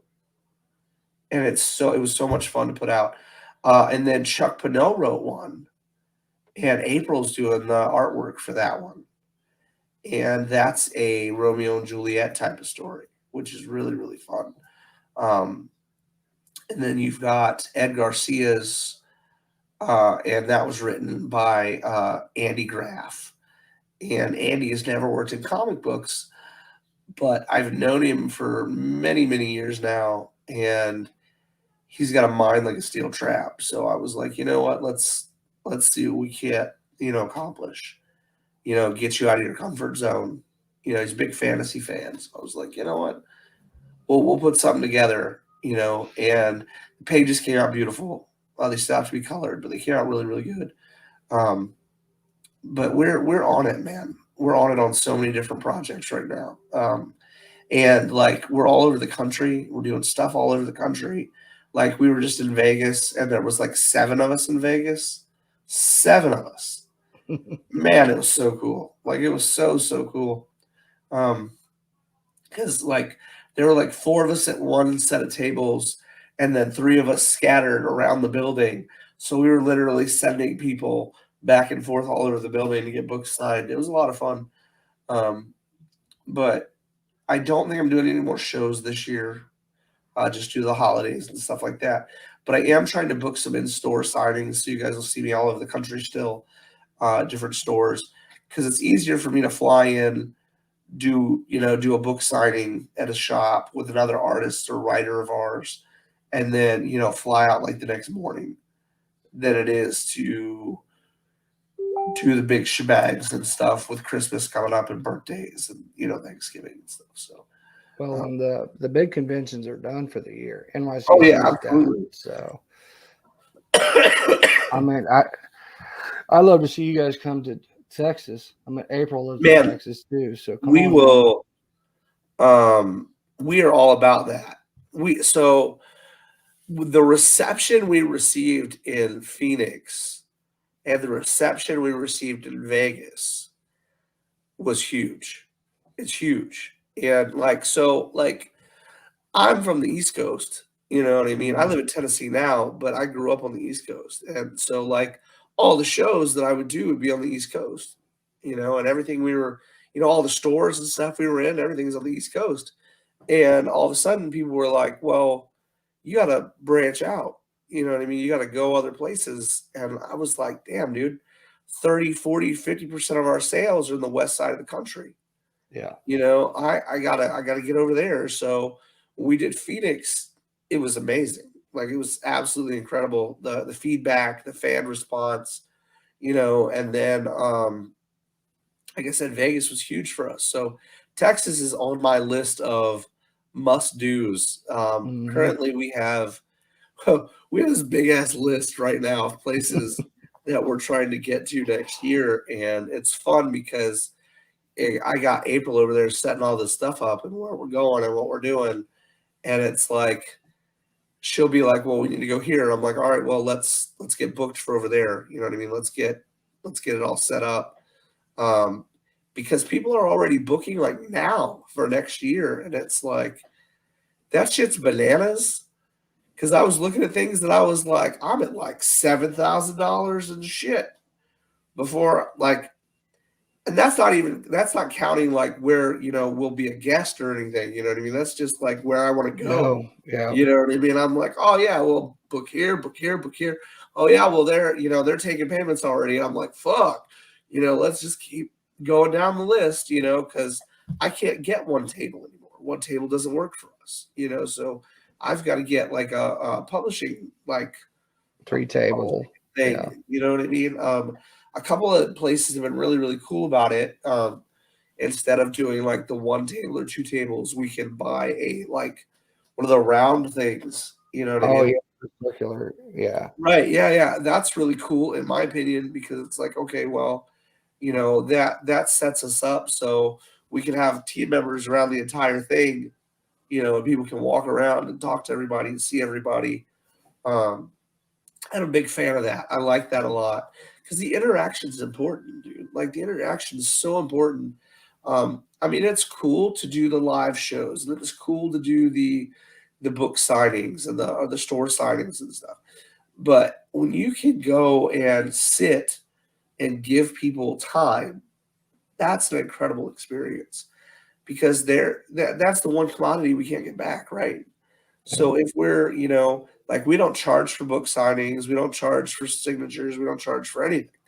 So it's like outside of the product, you know what I mean? So like most of these cats are doing remarks on the cheap, you know what I mean? Or, doodling on the cheap, or even free, depending on the situation, and it's like, okay, well, here we are, we're having a good time. But you know what's cool about it is, again, you're sharing that one thing with your fans that you can't ever give like a monetary value to it. You know what I mean? You're giving your time, and that's what's so special about the fans. Their time is worth more than anything in this world. So if you guys are going to spend your time, even if it's a show, right? Even if you're spending 15 minutes of your fucking night to hang out and talk to me and Nate, that's your time. That's your life. And that's the most precious gift you could share with people, So I'm about it. Like you don't see me on live shows. Like I do my own, and that's it. You know what I mean? Unless someone that I give a shit about asks, you know what I mean? Literally, I generally don't do them because it's like it's one of those things where I like the intimacy. I really like the intimacy. So like if you guys want to see us, we want to come see you. You know what I mean? We want to come hang out. We want to bullshit with you. Yeah. Like we did a barbecue with fans in Vegas. We did we went not only barbecued, we went out drinking with like 30 of them. You know what I mean? And we do that at every show. That's not a random thing for Vegas. If you guys are like, let's hang the fuck out, we'll wait for it and we'll hang the fuck out. Yep. I enjoy it. I enjoy talking to you guys about characters. I enjoy talking about development. Just about anything. It's like, I am a fan of so many people. Myself personally, I'm a fan. So like when we get invited to dinner with Coffin, or we get invited to dinner with Zenoscope, or we get invited to, events with other artists or anything like that, it's always a really cool experience because, we're getting to talk to people that we're fans of. You know what I mean? Like, I don't know, like hanging out with like Mike Chrome or hanging out with, Polito or hanging out with whoever the fuck, those are experiences that we're grateful for, not only as creators, but as fans, and those little nuances and nuggets of wisdom that you pick up from cats that have been in the industry longer, those are the things that are really, really cool.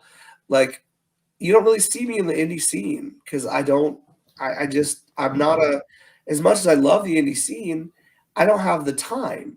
You know what I mean? So it's literally like instead of me being like, oh, I'm gonna hang out with like 10 dudes that are really cool, but they're not up there. I'm gonna be like, okay, well, let's talk on the phone or something. You know what I mean? Because I got to do something. I gotta be active. I got to do things that are going to benefit my fan base, or I got to benefit my team. You know what I mean? Like, I don't think that people quite understand the market. You know what I mean? It's a very dog eat dog market. So like when you get these awesome dudes that are coming up, and I'll never forget, it was my wife told me, we were sitting one night, and when we first started doing well, you'd get these phone calls or messages, and people would be like, how do you do it? How do you succeed? Well, fuck, I don't know. You just work hard. You know what I mean? You know what I mean? You just go out there and you work your ass off. I don't spend my time doing bullshit. I work. You know what I mean? It's one of those things where I say it all the time because it was very profound to me. But I had a guy I look up to, and he was like, hey, Dustin, I was real bummed out one night. I don't know what the fuck happened, but I was real bummed out one night. And I don't bitch on social media. You'll never see me cry on social media about anything. I try to be as upbeat as I can possibly fucking be. You know what I mean? And like most people don't even know I was fucking sick until I said I was sick. You know, I was like, I'm fucking ill, you know. But he was like, don't beat yourself up, because he's like, you know, there's a million motherfuckers trying to create comic books, right? There's a million of them, but there are very few people in the actual industry.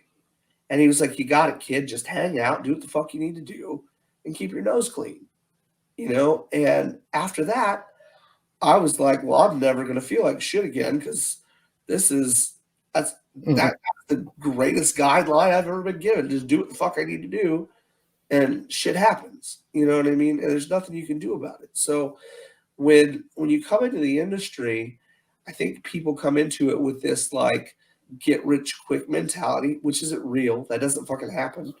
You know, or like I remember just recently somebody was like, well, you do most of your campaigns, every single one of them over 10,000. Yes. I don't get that fucking money. That's not how that works. I might, truthfully speaking, in the past, I've been doing this for two and a half years now. And including when I started in 2020, putting the first issue of Listener together. And so like it would be our anniversary at the end of the month of my birthday was when we released the first issue.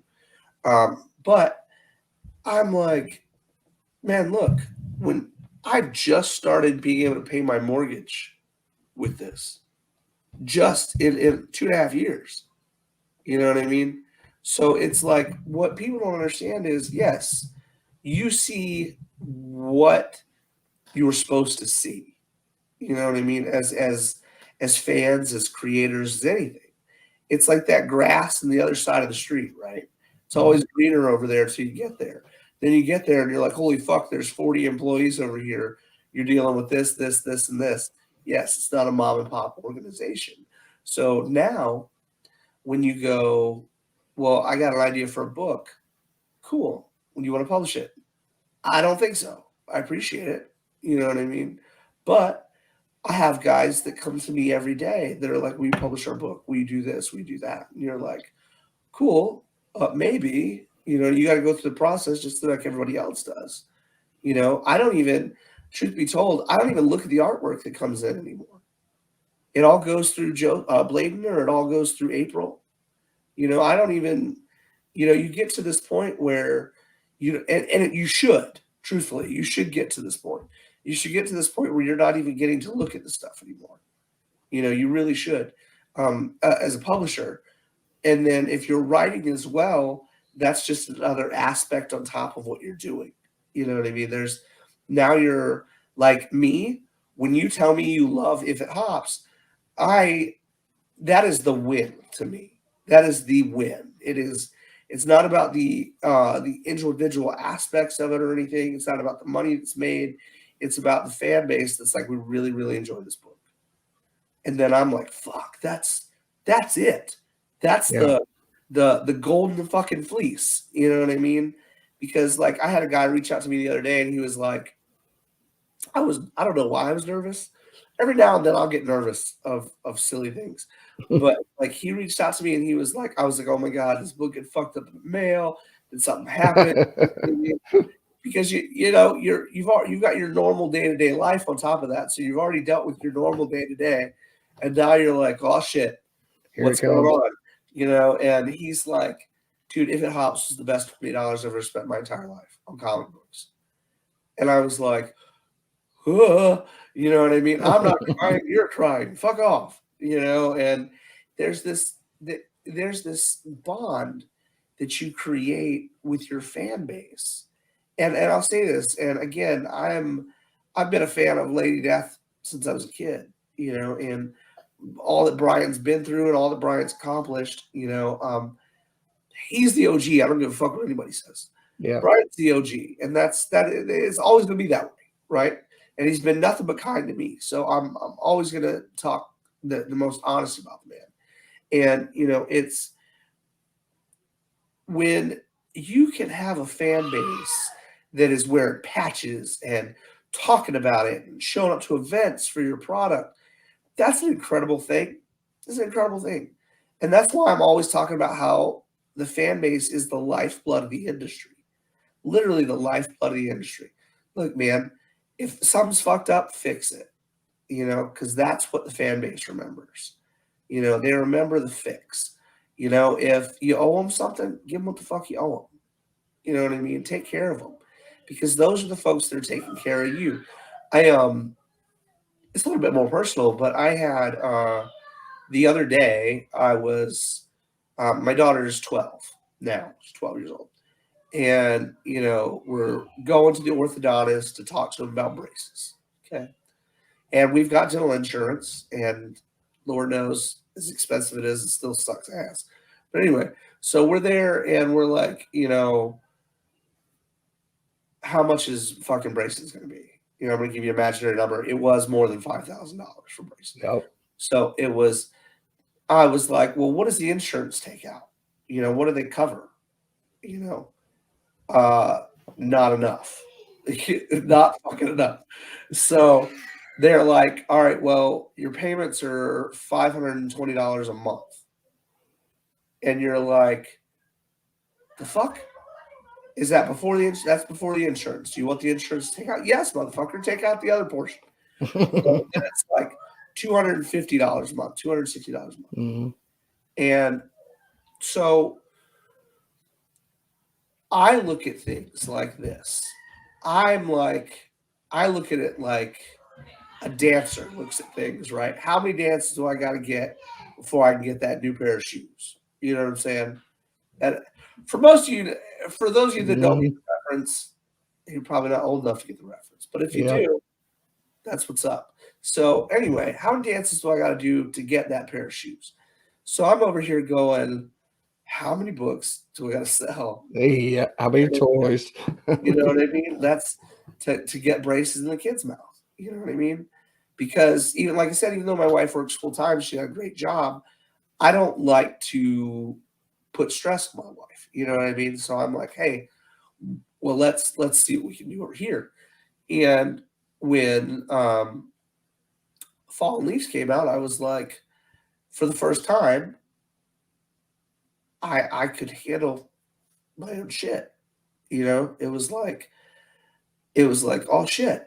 I can actually go, well, we don't have to stress if we do this or this, and that's how you know that there's love from your fans, because not only do they pick up one book, like, give you an example, X-Men, right? X-Men's been around forever. Mm-hmm. There are 1 million X books, like 1 million X books. Most people haven't read them all. Okay. Most people could not even give you a correct timeline for the X books. All right. It's easier now with digital media and stuff like that. But before that, for folks that couldn't get their hands on it and stuff, it's ridiculous. So they would reach out and they'd be like, well, I don't like this one, or I can't even find this one. I'm not going to try this one. It's just not my bag. But once you start seeing the same names pre-order every book you put out, that's how you know that you got good fans. Because now they're going, well, I'm going to give it a chance. I'm going to try it. It may not be my favorite that they put out, but I'm going to try it. Mm-hmm. And our books aren't cheap. Like, I don't put out cheap books.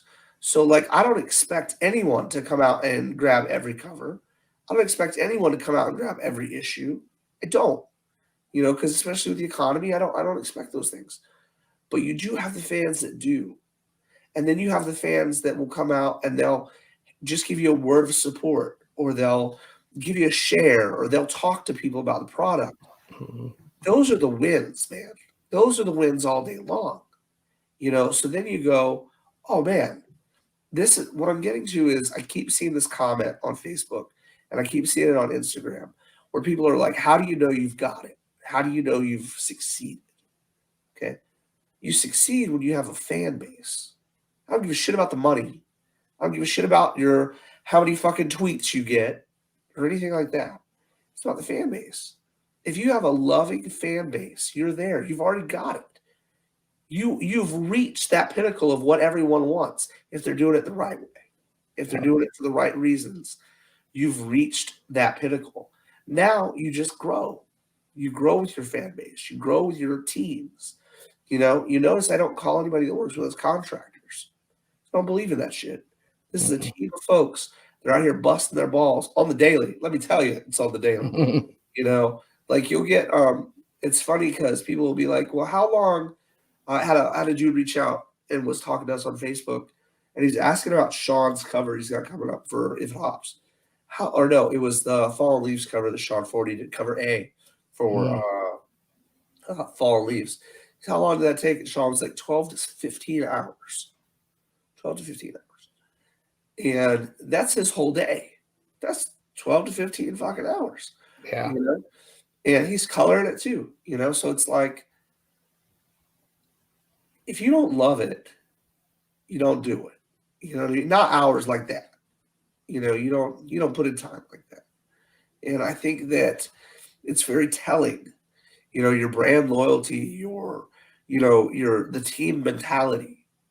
What do you bring to these folks that are putting in 12 to 15 hours on a cover for you? What are you bringing to the fans? Are you bringing good storytelling? Are you bringing art you can be proud of? Or are you bringing shit you phoned in? Let me tell you something. If you paid $20 for a page, you're not doing it right. You're not doing it. I don't care if... See, this is one of those things where... Excuse me. This is one of those things where you'll see people, and they're like, it's my dream. And you're like, dope, work for your dream. But I'm going to tell you what, this is not a dream without pockets. You can't walk into this and just be like, I'm going to go at it. It's going to be great. I don't know. I think I dropped like $20,000 into it before I made a fucking dime. I probably dropped more than that before I made a dime, to be honest with you. Because the listener, we were only selling like $3,000, $4,000 worth of copies when we started. So before I made a dime, I was easily 22 in, and I think those are the things that you have to expect. I don't think people are generally ready for that. It's like a bucket of cold water when you're like, well, how long did it take you to make money? Fuck, over a year and a half, 2 fucking years before you're in the green out of the black. It's not a simple thing. And then that's not even everybody. You know what I mean? There's cats that go 10 years that never come out of the black, and that's it's I don't know. Like I said, it's not for everybody. It's not for everybody. Well, it's like you said, you owned a comic shop. I did too in the early 2000s before the comic market crashed. The great crash is what we always called it, because the digital world came out and nobody bought comics anymore. But then we also had the oversaturation of DC and Marvel and things. For sure. And that killed the market back then. But when you're a business manager at that point, you're trying to save enough money to make enough money. Absolutely. Because if you're not making money off of it, you're already in the red. You can't go in the red that long. You go in the red long enough, you're done. For sure. Absolutely. I mean, look, like we closed our shop. We were doing 110 to 115 a year. And we closed it because our mortgage went from, it was $800 and it went up to $1,950. And I was like, there's no way with certain publishers not getting their books in on time and certain stuff like that you could keep your pull boxes clean the way you wanted to keep them. There was no, Yep. It was just, it was a mess. And it wasn't a mess because of you. It was a mess because of everything that you couldn't control, And that's why I think that that prepared us tremendously for this adventure. It was like, okay, well, we know everything we learned from over there. We remember what we did right, we did wrong. You know what I mean? And we can apply that to what we're doing now. Like right now, like I didn't get an HOA loan, or not an HOA, but a FHA loan or anything like that when I started. It was literally like $5,000 out of my pocket, and I just kept rolling money, literally right back into this, right back into it. and until we got to the point where I didn't have to, it wasn't like that anymore, but when you break even, you're going to break even for a little while too. Yeah. You're gonna break even for a little while, and you may never find that book that is the banger. You know what I mean? You might not find it, but as a writer, it's harder, in my opinion, it's harder to get your stuff out there. Whereas an artist, they can show you beautiful work and they can, give you an illustrated, skill set of theirs. As a writer, you're literally going, "Oh, here's all my stuff. Here's a cool story I wrote down on PDF. You want to read it?" And if people are like, that's TLDR, you know what I mean? I'm not reading that Yeah. shit, So I'm grateful that I publish. I'm grateful that now we have like 6 writers. There are all these little nuances to this industry that I'm grateful that we've got cats that have been around a lot longer than me that can be like, hey, do this or do that. Maybe that's not a great idea. That's a really good idea. You know what I mean? There are all kinds of little nuances to this that there's no guidebook. As much as we wish there was some kind of step-by-step plan, there's not. It's all to the individual. It's who works with you, you know, how you respect people, how you treat people, and I think that moving forward, one of the things I'm excited most about, again, is to being a publishing house, and not just having a couple books a month, which is a great feat in itself, but to actually become a publishing house is my long-term goal, and to be able to put out 5, 6 books a month. That's my goal, you know.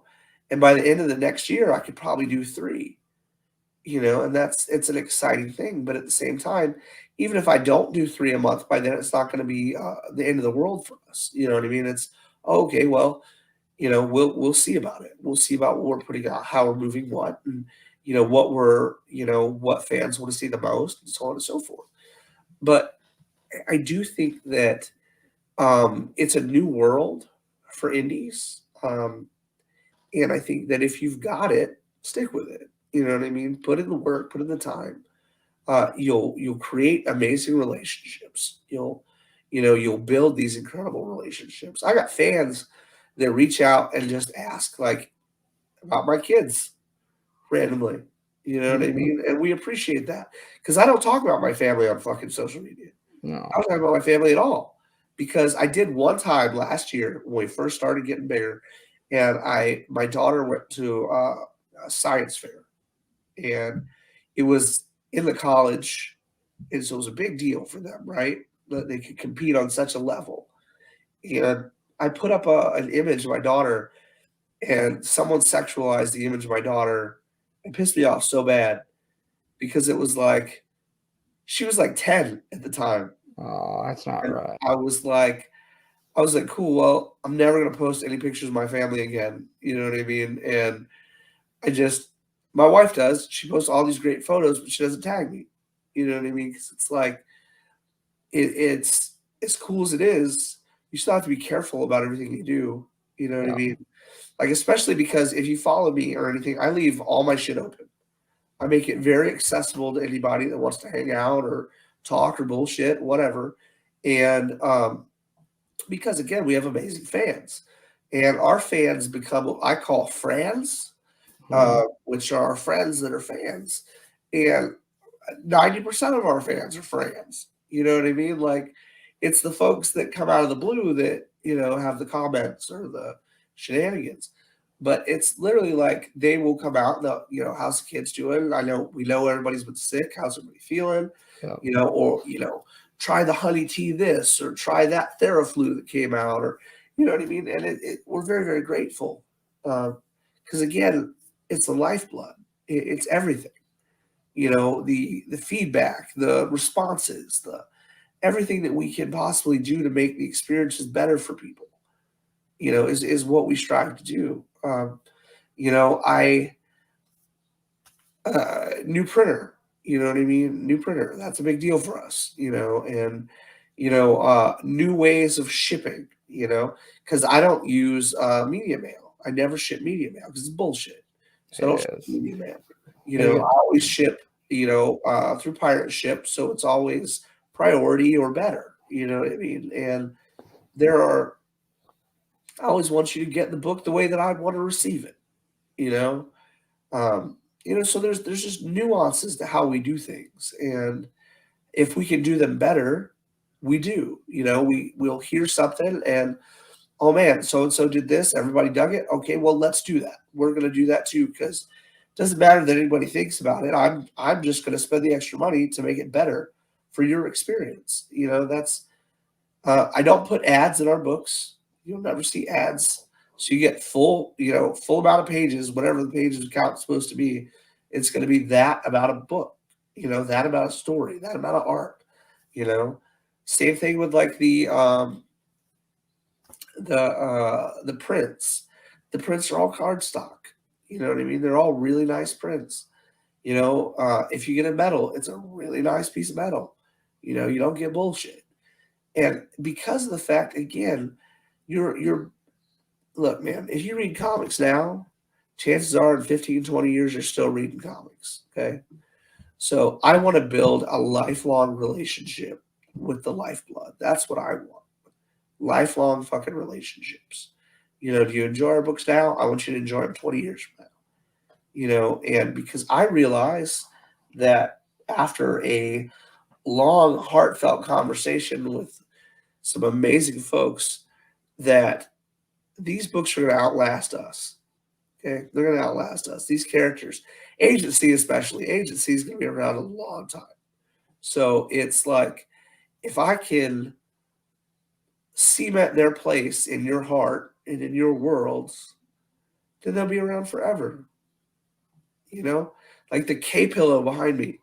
There are 40 people in this country right now, in this country alone, that have K pillows on their beds. It's like, I love Agent K. Never imagined I'd put an Agent K pillow on somebody's, bed. That stuff's cool as fuck. Well, and that's what people have to remember too, though, is in the indie scene is always going to be different than the main line. Sure. And this is why. And this is what I learned over years is I'm an old fiend from the 90s, right. For sure. They actually care about their fans. They care about the people that they interact with. Yeah. Like, I can message you any day and we'll just bullshit for hours. Like, Absolutely. we could do that. I'm about that life. I enjoy talking to y'all. But if I go to, say, a big name in, like, say, Marvel or DC, I'm not going to get that same interaction. And the reason being is that I understand that they have more responsibilities than what they had when they first started, and so they don't have the time. But if you can't make time for your fans sometime, you lost all your fans. Oh, right. Sure. That's a sad thing, man. It is. I was a huge Jim Lee fan in the 80s when he first came out. Sure. 80s, X-Men 90s, and I love seeing it when he built Image, him and McFarlane. But I can't just go message Jim Lee today. I can't go message McFarlane. No. But you know who I could still message today? Will Spertasio, Mark Silvestri, and Billy Tucci. Those are a couple good names to be able to message, man. And the reason is, like, they still make the time because absolutely they don't have the same responsibilities that the Lees McFarlanes have now. Man, I'll say this. It's an amazing thing to be able to I've had drinks with some of the coolest folks in this industry, like hands down, some of the coolest folks in this industry. I've eaten dinner at the craziest fucking places with some of the coolest motherfuckers you could ever meet. But at the same time, I can't reach out to some of those cats and get a response. You know what I mean? Like I'll get one. It'll take a week or two. You know what I mean? I'll get one. It'll take a while. But if I go to, let's say that, like if I got something going on and Marissa Pope and I have worked together for years. If I'm doing a show and Marissa's doing a show, we're probably hanging out. You know what I mean? That's or like Ryan Kincaid or anybody that runs in the same circles that I run it. Chances are if Coffin's doing something, I can show up and hang out. You know what I mean? Or but there are folks that like we've got, I don't know, 6 folks that have come from Marvel right now to work with us. But I can't go to Marvel at an event and shack up like I can with other people. You know what I mean? It's like, you get the side eye. You know what I mean? And it's like, even though your fan base is large, you're still going to cop a side eye because they don't give a fuck who you are. You know what I mean? They don't. If you're not going to come over there and work for them, they don't fucking care about you. And that's sadly that is the echelon. You know what I mean? That is the DCs. As much as we like Jim Lee for being a nice dude, Jim Lee doesn't control that shit. You know what I mean? It's all run by other people. You know what I mean? So like, if you come up to an event and you're like, hey, look, I'm with even Aspen, like we can walk up to the Aspen folks, hang out with the Aspen folks. You know what I mean? It's primarily Marvel and DC that, or we'll be like, oh yeah, they're not with us. There could be 100 of us, and they'd still be like, oh, they're great artists. Even the folks that worked for them before, they're still not going to recognize you when you come to an event, or they're not coming out to us with us and going, hey, look, go grab, like if you came out, right? Let's say that we've got 15 of us at a show that we're all hanging out, and you come up and you're like, hey, Dustin, what are you guys doing for dinner? And I'm like, well, fuck, what are we doing for dinner? And I'm asking everybody what's going on. And then you're like, well, I've got, a buddy that works at this restaurant here in town, and we can get like 5 tables. You want to come hang out? Marvel's not going to be like, yeah, we're going to come hang out. But we're going to go, yeah, fuck, Nate, let's go fucking hang out. You know what I mean? Let's go. Well, how are we getting there? You know what I mean? But that's how we are. You know what I mean? That's how, because we give a fuck about the fans. And that's not to say that Marvel doesn't give a fuck about their fans, but it's a very personal thing. It's very different. We're like, I will one-on-one with you all day. I will hang out with you. I will eat with you. I will whatever, because who you are as a person. So, but then you'll go, like we had a dude that we'd never met that was like, hey, look, we're going to do this. Do you want to go hang out? And a couple people were like apprehensive. And I'm like, what the fuck ever, let's go. You know what I mean? So we go, we have a great time, and we sign books. We bullshit till 4 in the fucking morning, and then we get rides back to the hotel. It's just, those are the things, man, that not only make a difference to us, but it's a huge difference to the fans as well. Because you're taking your time to show that you give a fuck about them. Look, man, there are pictures of me everywhere, like doing stupid ass shit with my fans. Like stupid ass shit. Because they're great people, and I love being around them, and I love spending time with them. We could go and, Jesus, we could do whatever, and we're all going to have fun. We're all going to have fucking fun, And it's not even like, you can bullshit about books all you want, and we'll go with the flow, because that's the direction the conversation has been in. But we may not even talk about books all night. We may talk about your favorite fucking band, or what kind of fucking video games you're into, or, what kind of art do you really like? You know what I mean? It's just very fluid, man, because it becomes a different experience.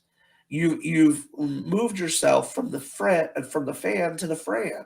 Now we give a fuck about what you guys are talking about. We care about the situation. And it's not out there just about business. We're not just showing out because of business. where they're legitimately enjoying your time, you know? Well, And that's it's like powerful. during I went to Fan Expo in Dallas this year, and Chris and Knott was there, and Chris was I've known Chris for years, Yeah, great dude, for sure. Dude, we sat there for 2 hours at Fan Expo just bullshitting, right across from Murphy and Merck and all those guys, Yeah. and then Murphy walks over, and then Sean walks over, and that's the thing is like this kind of community, you can do that, and nobody gives a damn because why? We're having a fun time. Exactly. We're going to the conventions for what we used to go to conventions for, Yes. is to have fun. Absolutely. It's like Ryan was there, Marissa was there, Ariel Diaz was there. All the people of today. Now, would I love to see all my old independent guys there? Yeah, and guess what? Some of them still do it. Ebass. I've been watching Ebass's art since he was doing Witchblade. There you go. He's a good dude. Yeah, and for sure. And I can message him today, and he will respond today or tomorrow Yep. morning. But he's one of those guys. He never forgot. Like after all the years with Top Cow, Yep. Image, Zenoscope, everywhere he's been, he still remembers it. So it's good to see that we have some of those old guys still do it. Richard Ortiz, another example. He's a good dude. You said Alberti. I've got artwork from Alberti he did before he even started, big. That's awesome. He emailed me or messaged me. He's sweet as fuck. Like he he's is. Sweet as fuck. Yeah, for sure. And he's like, "Hey Nate, what kind of artwork do you want?" Because he knows I'm a Lady Death guy. Yeah. And he's like, "What do you want?" I said, "All right, it's gonna be Lady Death." And I said, "Well, let's instead of one, let's do two." So we did Lady Death and Purgatory. There you go. Yeah, old school port. I was like, and he had fun. He said, "What do you want?" I don't care. You just have fun. Do it. I'm paying you to do it. Yeah, But, man. So this is fun because this is his first sequential ongoing series. So I'm really, really excited for him. And he's really, really fun to work with. Like really fun to work with. And then, like I said, Ed Garcia is great. We work with Ed Garcia a lot. He does interiors for like 2 different books of ours right now. Marcelo Salazar works with us. He does all the Fallen Leaves stuff. But you're starting to see a trend. If you look at our artists and you look at what we're doing, you can keep up with what we've got going on. You know what I mean? Like it's literally like I like-minded individuals. I am all about the team mentality because you build it together. You win together. That's how it works. So I'm very, very thrilled with everyone that we've got, working with us and everything we've got going on. And it's phenomenal to see like Greg Bow. You see Greg Bow everywhere now. Like he goes all over the place. I love seeing him go all over the place. He's an absolute pleasure to be on a team with, and he's constantly full of amazing advice, and it's awesome to work with a guy that's been doing it, since the 90s. You know what I mean? Same thing with, the Massey brothers. It's great to work with those guys that have been doing it forever, and it's just as we continue to grow, and the Kemps, Dan and Dave Kemp both work with us. It's he had me laughing earlier tonight. Dan Kemp was like, "Hey, do you know I worked on Follow the Leader?" And I was like, "From Korn?" Yeah, the cover. I had no fucking clue. Like zero fucking clue.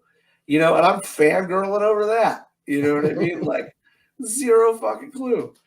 I'm like, this guy colors for me all the time, and he's fucking coloring for McFarlane and fucking Korn back in the day and shit. And so it's like, I'm very, very grateful to all these incredible human beings, that we have the chance that we can call team members, or teammates or friends or what the fuck ever. You know what I mean? It's an incredible experience to learn as well. You know, I am not one of those people that runs the ship and is like, well, I fucking know it all, because I goddamn sure don't. You know, so when these cats are like, hey, have you tried this? Or hey, are we working on this? Hey, let's do something in this direction. I'm on it, man. Like, I'm fucking on it. And I'm on it so hard I'm taking fucking notes. You know, like it's because it's, again, when we win, we all win. You know, it's a very awesome thing to see. You know, especially when your artists are excited. You know, they're ready to do it. They want to do it. You know, it's, oh my gosh, we got so and so. You know, I laugh with April all the time because she loves C. Like, she's fucking head over heels with C. Talk like a motherly love for fucking C. Don't fuck with C or April will lose her shit. So it's awesome to watch, and it's powerful. Well, and the fun part too, though, is that you see where your characters are today. You know where they're going to go tomorrow, Right. but you don't know where they're going to be in 20 years. And as an owner of a character, that sometimes is a nervous thing, but at the same time, it's a fun thing because you know that you've laid out the guide work for that character, Right. and that it's going to keep going.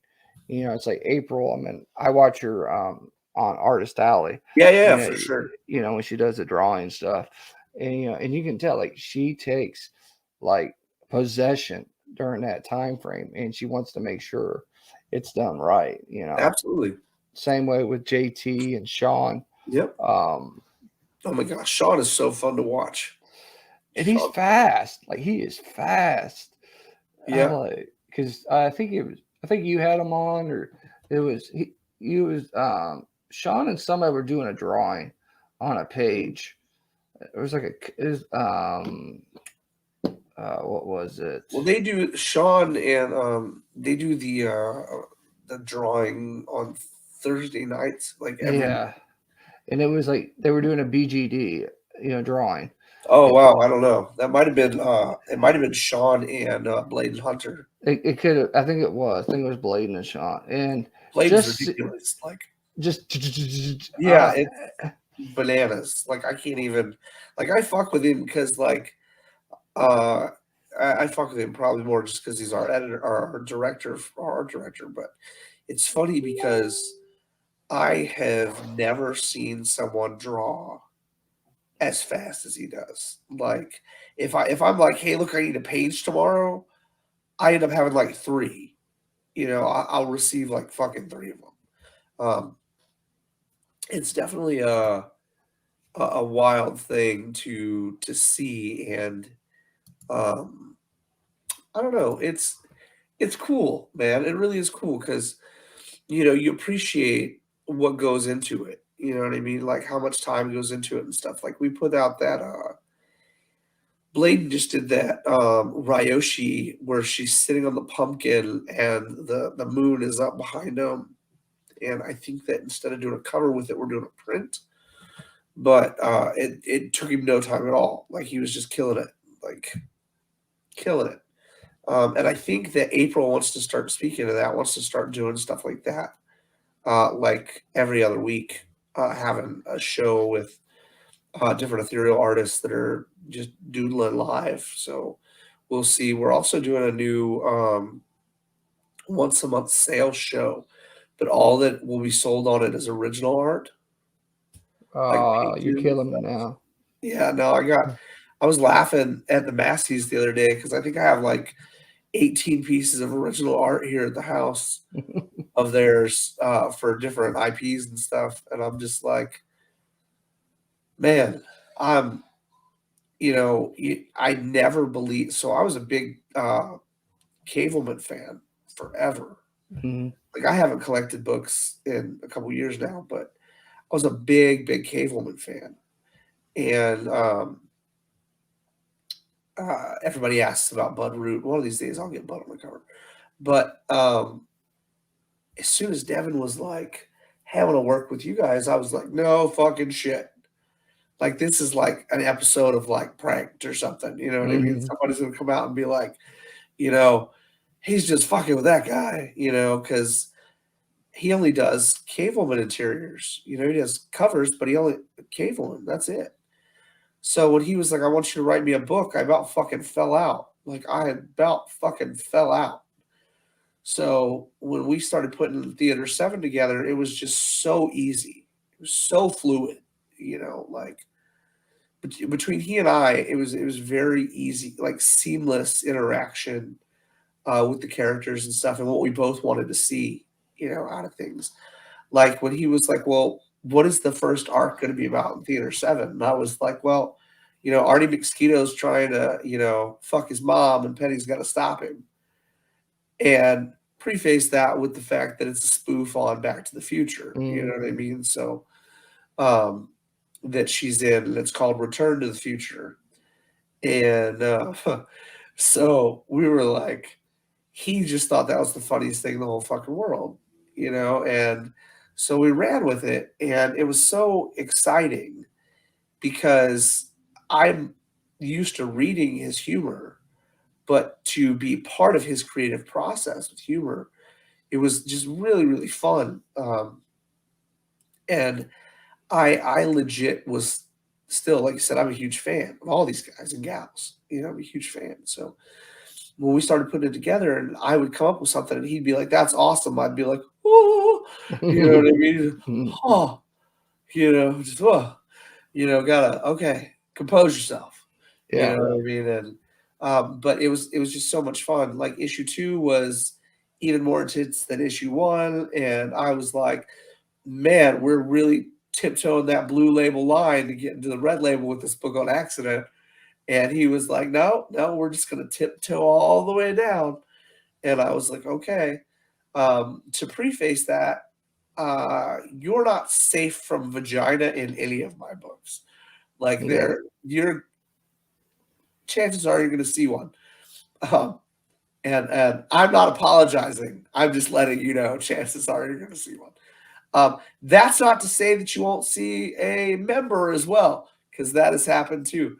And it wasn't like it was like all at attention and ready to go type of thing, but it existed and it made sense for the storyline, because we did a whole issue of Naked Ricky from Baby's Corner Dinosaurs, which was so much fun. It was really so much fun because it was literally in a sauna.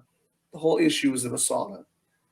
And like we were using like mist and stuff to cover his bits throughout the whole issue. It was a blast. It was a good time. Issue 3 of that book is actually going to print in like a month and a half. Woohoo. Yeah, oh my gosh. I love fucking BGD, man. Like I love BGD. I love all the titles, man, but BGD like harkens to my childhood and like what I liked as a kid. You know what I mean? Like big action, because we grew up with Schwarzenegger and Stallone, and so it was like hot chicks, big action, and dinosaurs. That was it. And like when I can't remember who brought it up, but they were like, "When are you gonna write a book for you?" Because I wrote The Listener for family. You know what I mean? And which I love The Listener. I love writing it. It's great. The story's a lot of fun. But when it came to my first book for myself, like just for me and what I thought would really, really pop off. And I got sucked into the world, man. I'm a big cyberpunk fan. So like BGD was an easy world to integrate, like all those different things that I dug, like moral gray areas and stuff. What about AI? Are they alive? Do they have rights? Do they, you know what I mean? Or what about tank bred characters that you literally grew in a vat? Do they have rights? Do they, whatever? And all those things are a lot of fun. And the moral ambiguity of all of it, like, is it okay for Saurian dudes to fuck human chicks? I mean, is that a thing? Does that happen? It does so much to the point where we have negative terms and condensations toward it, or connotations, like scale riders. You know what I mean? Mhm. There's nasty terms for people that shouldn't even be nasty terms, but people are shitty. You know what I mean? So um, there's a lot to it, man. And I think that again, yourself and all the friends and the fans that we've gained over the past couple of years, you guys make it. Like it's literally like I can worry about script till I'm blue in the fucking face. And there's like five individuals that we send the scripts to, and I'll send it to them, and 9 times out of 10 it's positive responses. You know what I mean? And I'll feel real good about it going forward. You know, and I'll just be, I don't worry after that. Like I don't worry about a script. I don't worry about the book. I don't worry about nothing, because you guys have already seen it and you guys enjoy it. So that means that it's going to be good, regardless. It's going to be good because you guys enjoy it. You know, we Well, just like did that with. Go ahead. I was just gonna say, it's like with the little previews you get in Kickstarter. You know, that's a good. I'm gonna say hook, like we used to call it hook. You know, it's like you don't know anything about this book, right, but you get that hook into that person. Like, ooh, you know, and I read all of those. I read all those little previews, you know, because I'm investing. I'm investing into a book. Absolutely. You know, if I'm gonna buy this book, I want to see at least a little bit of it. I want to see more than just a cover, or at least give me a snippet of the storyline. For sure. But there's also a thing called brand loyal, like brand loyal, for example. Like I'm brand loyal to Ethereal, I'm brand loyal to Coffin, you know. And then the same way with Artist Elite, you know, with Ryan's group, he does. I read all that stuff. Merc. Merc magazine. Merc. You know, they have legends, you know, so I'm going to be reading the legend stuff too. Yeah. But they're all in the. That's incredible. That makes it, man. That makes it so much. That makes it worth it to us. You know what I mean? It really does make it worth it to us, because now when you come up and you're like, hey Dustin, what do you got going on there? You know, what's happening with, I'm excited to talk to you about it. I'm excited to hear your opinion. You know, like I was super nervous about adding any kind of spirituality to If It Hops. Like for those of you that haven't read it, there is a little bit of shenanigans. I was so nervous because it was like as serious as you could get, like as realistic as we could make it.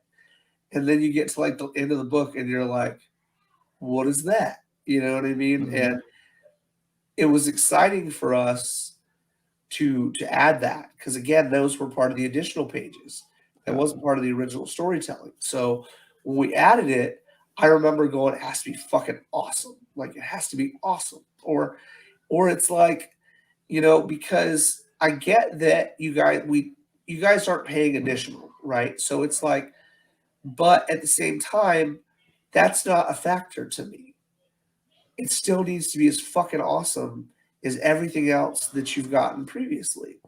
So I'm like racking my brain, right? Like, how am I going to make this that much cooler? You know, because again, I had no idea we were going to unlock those additional pages. Zero fucking clue. So like, I wasn't prepared when like, I think we unlocked those pages in like 6 hours. It was literally like, because we were funded in 15 minutes and we hit those pages at like 11,000 in like 6 hours. It was really, really good. And I was like, fuck, I was not prepared, you know, and I was excited, but this was story that I was going to give you guys later, you know? So I was like, okay, well, let's do this and we'll build an arc doing this, you know? And that's like with the Stitches stuff for BGD, you know, that was originally, that character was going to has his own arc as a villain for a point in time in the book. But I was like, man, look, we can build that character up. You know, we can build him up in the background with these additional pages, you know, and then he's no longer a surprise or something off the wall. He's something that people have grown with and they've read about, and you know, now they're invested in that individual and what he's got going on. Because I've never written from the perspective of the bad guy before. That's a new thing for me. So like, in this issue that we just dropped, issue 3, with the continuation of Stitches, was the gnarliest shit, like the absolute gnarliest shit. Like, you have to remember, you're talking about from the perspective of a character that is literally killing female saurians to build a suit for his wife. Yeah. And her being human, he's having to build it to specifications and dimensions, and it has to be just right. So like, I'm writing these mini stories from the perspective of a stalker. Like he's literally chasing these women through the streets and stuff. And I'm like, my wife gets to read it before anybody else does. And she's like, I remember sitting down here the other day and she was like, "You're fucked." You know that? And I was like, yeah, I'm Yep. pretty well, I'm pretty well fucked. But she had me laughing because like, she would edit everything when we first started, like everything to the minute detail for me. And before I started doing it, like actually doing it myself. And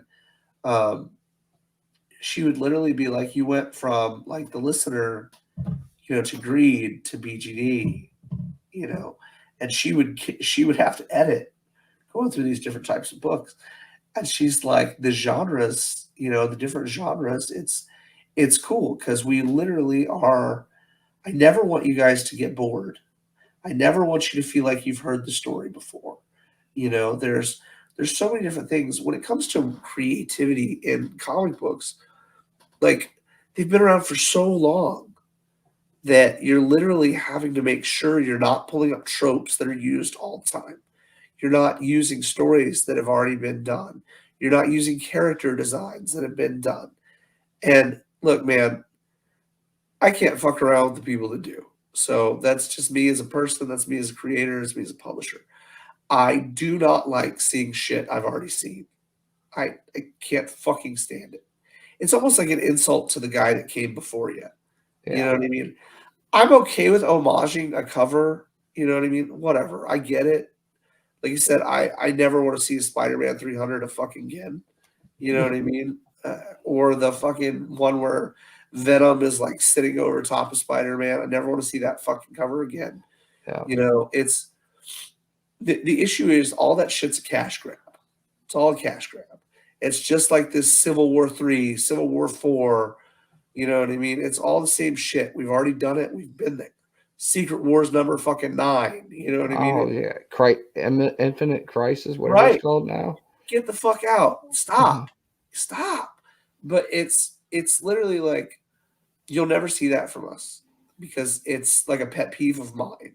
If look, man, you'll never see us homage our own cover because that's like fucking giving yourself a reach around. Yeah, it's never gonna happen. You know what I mean? It's fucking ridiculous.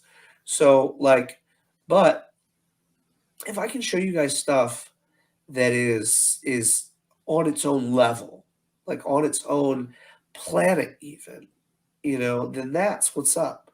Because I write a lot and I spend a lot of time on each different issue, like a lot of fucking time.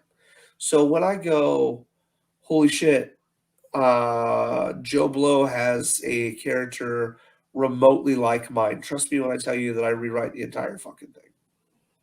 Like the entire fucking thing from scratch. Because it's not something I can enjoy anymore. Now I'm literally like, oh, well, it's the same shit somebody else did. You know what I mean? And like, I won't do fucking werewolves. And I wrote for White Wolf. You know what I mean? I won't fucking write werewolves. I have a god that happens to be a wolf-esque type of character. Yes. But it's fucking Kukulain, the Celtic fucking god. You know what I mean? You know what I mean? If you go down deep into it, you find the source of what the original werewolves were, the Celtic religions and stuff, and there's whatever. But you'll never see a werewolf book. You're never going to see a fucking vampire book. I mean, it's tropes. It's tropes. It's you may see a vampire character, yes, but you'll never see a vampire book because it's not something I want to write. You know what I mean? It's not.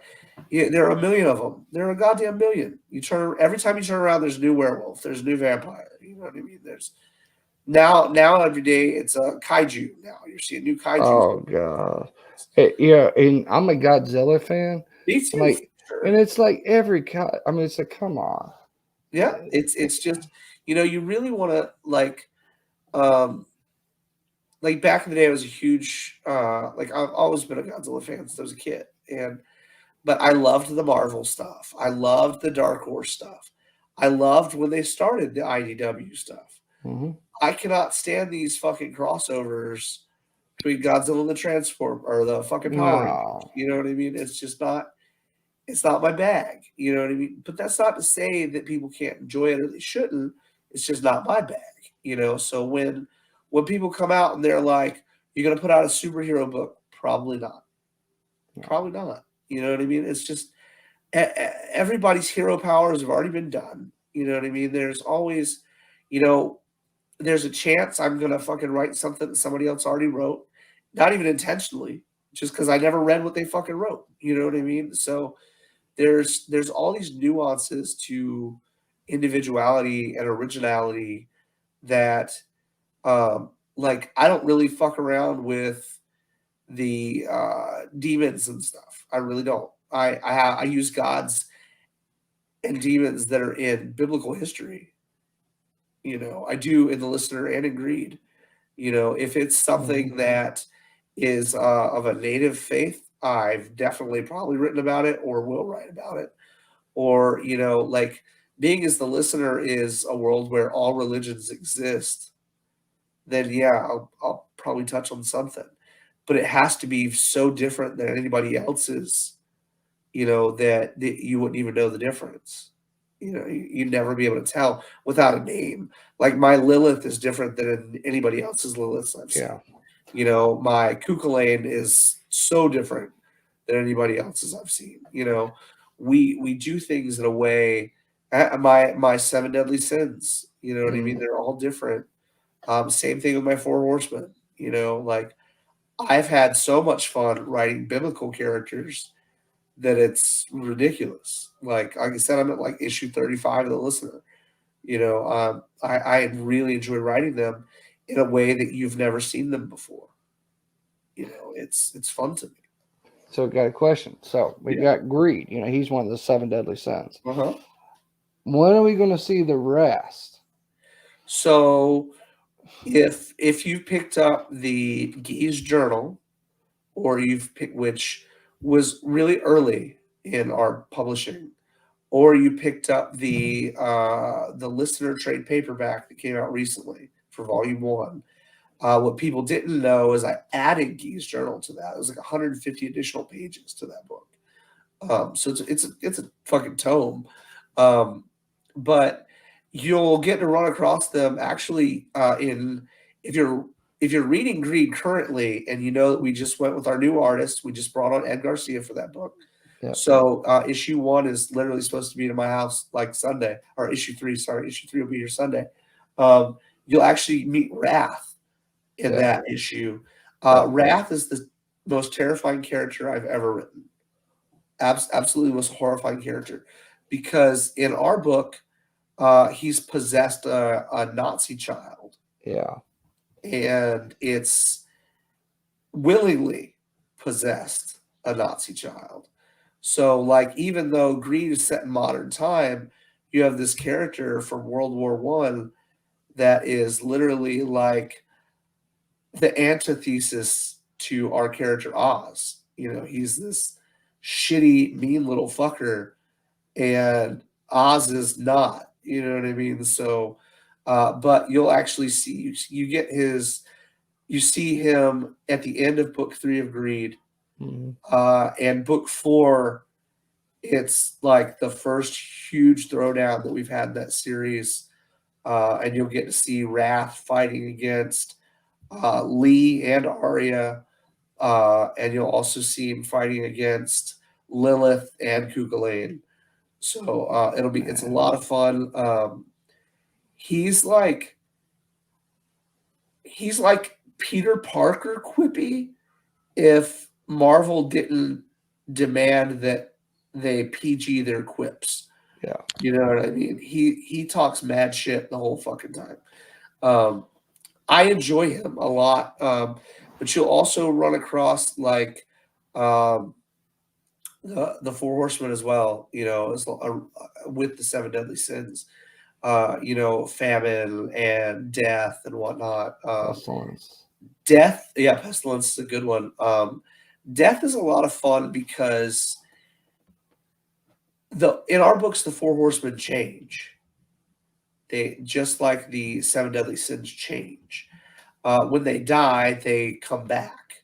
There always has to be the Four Horsemen. There always has to be the Seven Deadly Sins. So they take a new host every time they die. Like War is probably one of the coolest characters I've ever written, because he has no idea who he is. Like after he becomes War, he has no idea who he is. He knows how he feels and what he thinks and stuff like that, but he has no clue what his actual name is, what his history was, but he's this big Hawaiian dude, great character, with like almost living tattoos all over his body and stuff that just flow with, how he feels and his reactions, his thoughts. And then you get characters like Famine, who literally are just existing to watch people suffer. Same thing with Pestilence. It's literally characters that are just existing to watch things suffer. Because the Four Horsemen in our book, they all work for Lucifer. Yeah. And versus the Seven Deadly Sins, who kind of just exist because they were created by God. You know what I mean? It's like they exist. So just as natural as the wind exists, versus having an omnipotent being telling them what they should be doing, But then you've also got turmoil and stuff in our books that are ongoing, that are behind the scenes, like the stuff between Lucifer and Hades. Who gets to control Hell and Helheim? Yeah.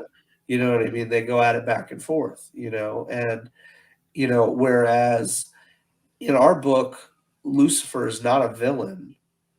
He's, again, part of the natural order of things, and versus Hades, who is depicted in text as more of a villain, and having his own agenda.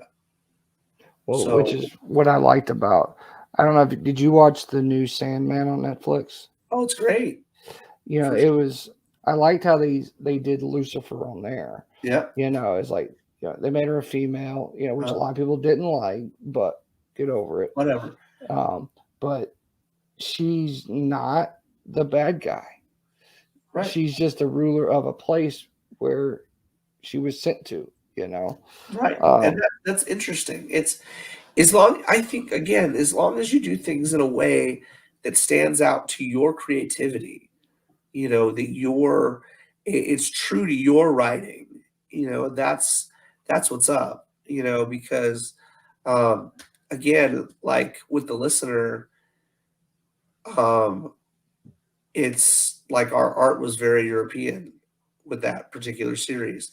And with Ed Garcia coming over onto that as well, because being as close as Green and the listener are together, I really think that it'll be good for one artist to be doing both those books, because you're seeing like Lee and Aria in both of them. You know what I mean? So it's like the designs needed to be the same and stuff. But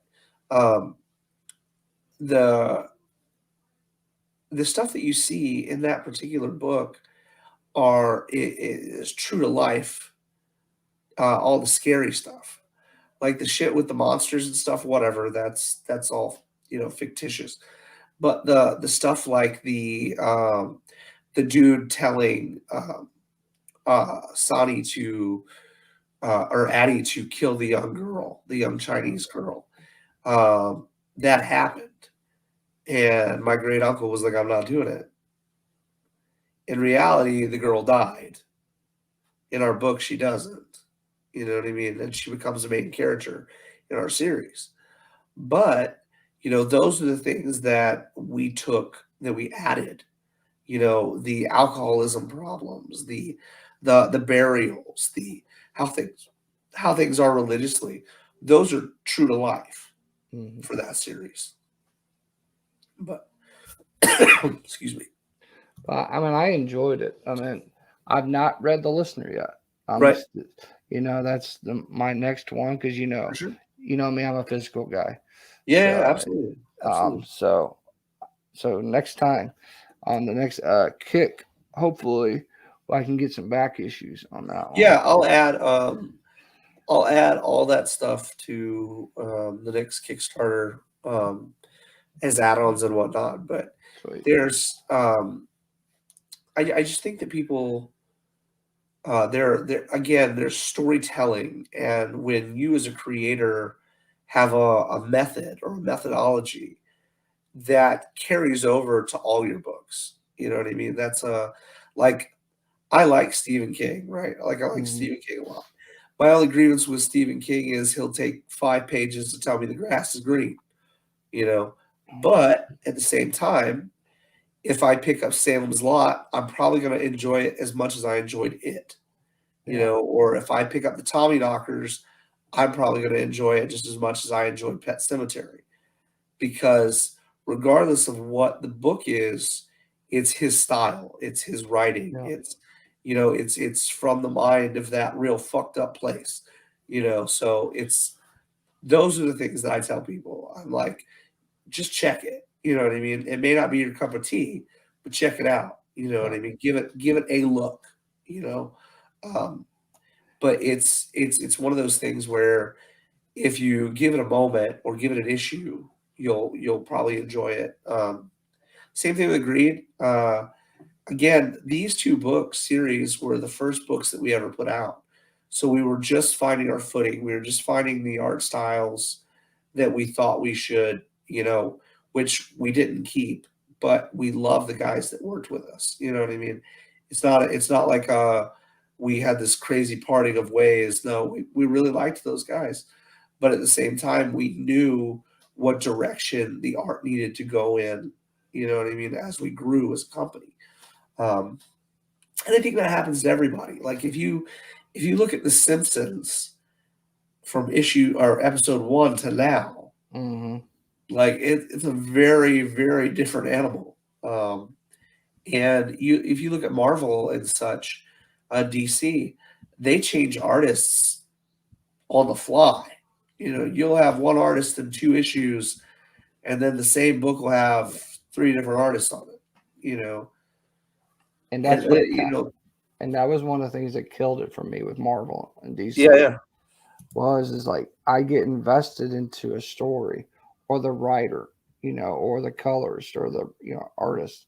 For sure. For example, when Dan Slott was doing Spider-Man with Ryan Stegman as the artist, right? That was my favorite storylines that they did, and Gabriel Dell'Otto was doing the covers at the time. Yes, absolutely. It was about Green Goblin. It was like, okay, Spider-Man, Doc Ock was trying to turn into a good guy, and so like that kind of story was great. And then at the end, switched them all out, and I'm like, what about the rest of the story? And then they come back 3 years later and finally finish that storyline. Absolutely. Well, that drives me nuts. It should drive you nuts as a reader, as a fan. It should drive you like batshit crazy. But if they're doing it for reasons where you're growing, it's different. You know what I mean? If the artist can't continue or something like that, it's different. Whereas, we have had the great I don't want to call it like ability, but we've had the amazing experience to have had our artists and be able to pick and choose, where we put them and, what's going on with them. Well, and you're looking at their capabilities, what they can do. For sure. I see, like, hey, you're going to be better here because your Right. style is this. Like April has a certain style that she Yeah. does. Yeah. She has a great variety of characters she can do, but she has a certain style which might suit you guys one way or another for a different situation. And then, Yeah, absolutely. I think it's interesting because everybody brings their own stuff to the table. You know what I mean? Everybody comes to the table ready to play, and it's up to you where you place them on the table. Where you can, where you start being able to understand that this is an individual strengths, or that's or that's that person's spot. Like I'll never take Blade Hunter off of Babes Gore Dinosaurs. I just unless I have to. You know what I mean? Because that was the dude that, I mean, not that he's just the art director, but he's literally been on that book a year and a half now. You know what I mean? And it's as much as his creativity as it is my own. Like it's a privilege to as a creator to come up on any page these guys are working on and gals are working on. It's so like you can ask anybody on the team. I write to the artists, like I write to their strengths. That was not something I knew how to do when I started. Mind you, I had no fucking clue. But now I can go, okay, well, this person draws like this. This is their flow. I can write to that flow. I can write with the knowledge I have now to better assist in their creative prowess. Well, Dustin, it's been 2 hours, and I have had a blast, brother. Oh man, it's been so fun. It is, but I know you live in Tennessee, so you're an hour ahead of me. So Yeah. So I know it's getting late out there. But thank you again for coming by tonight, and then thank you for last week as well. Oh, absolutely. Like I said, wanted to get you guys out there. Show everybody, hey, Ethereal has got some great stuff out there to read. And if there's a Kickstarter, I'm going to be tagging it on my channel. Yeah, man, I really appreciate that. It means a lot. Like I said, it's not always just it's just word of mouth makes such a big difference. It really does. It helps a lot. Thank you, Dustin. And thank you, everybody out there in YouTube land. Thank you, Black Knight and Blue Clouds, Duck Wang, and Tattoo Hunter was here earlier. You guys have a good night, and we will catch you guys on the next one. Absolutely. All right.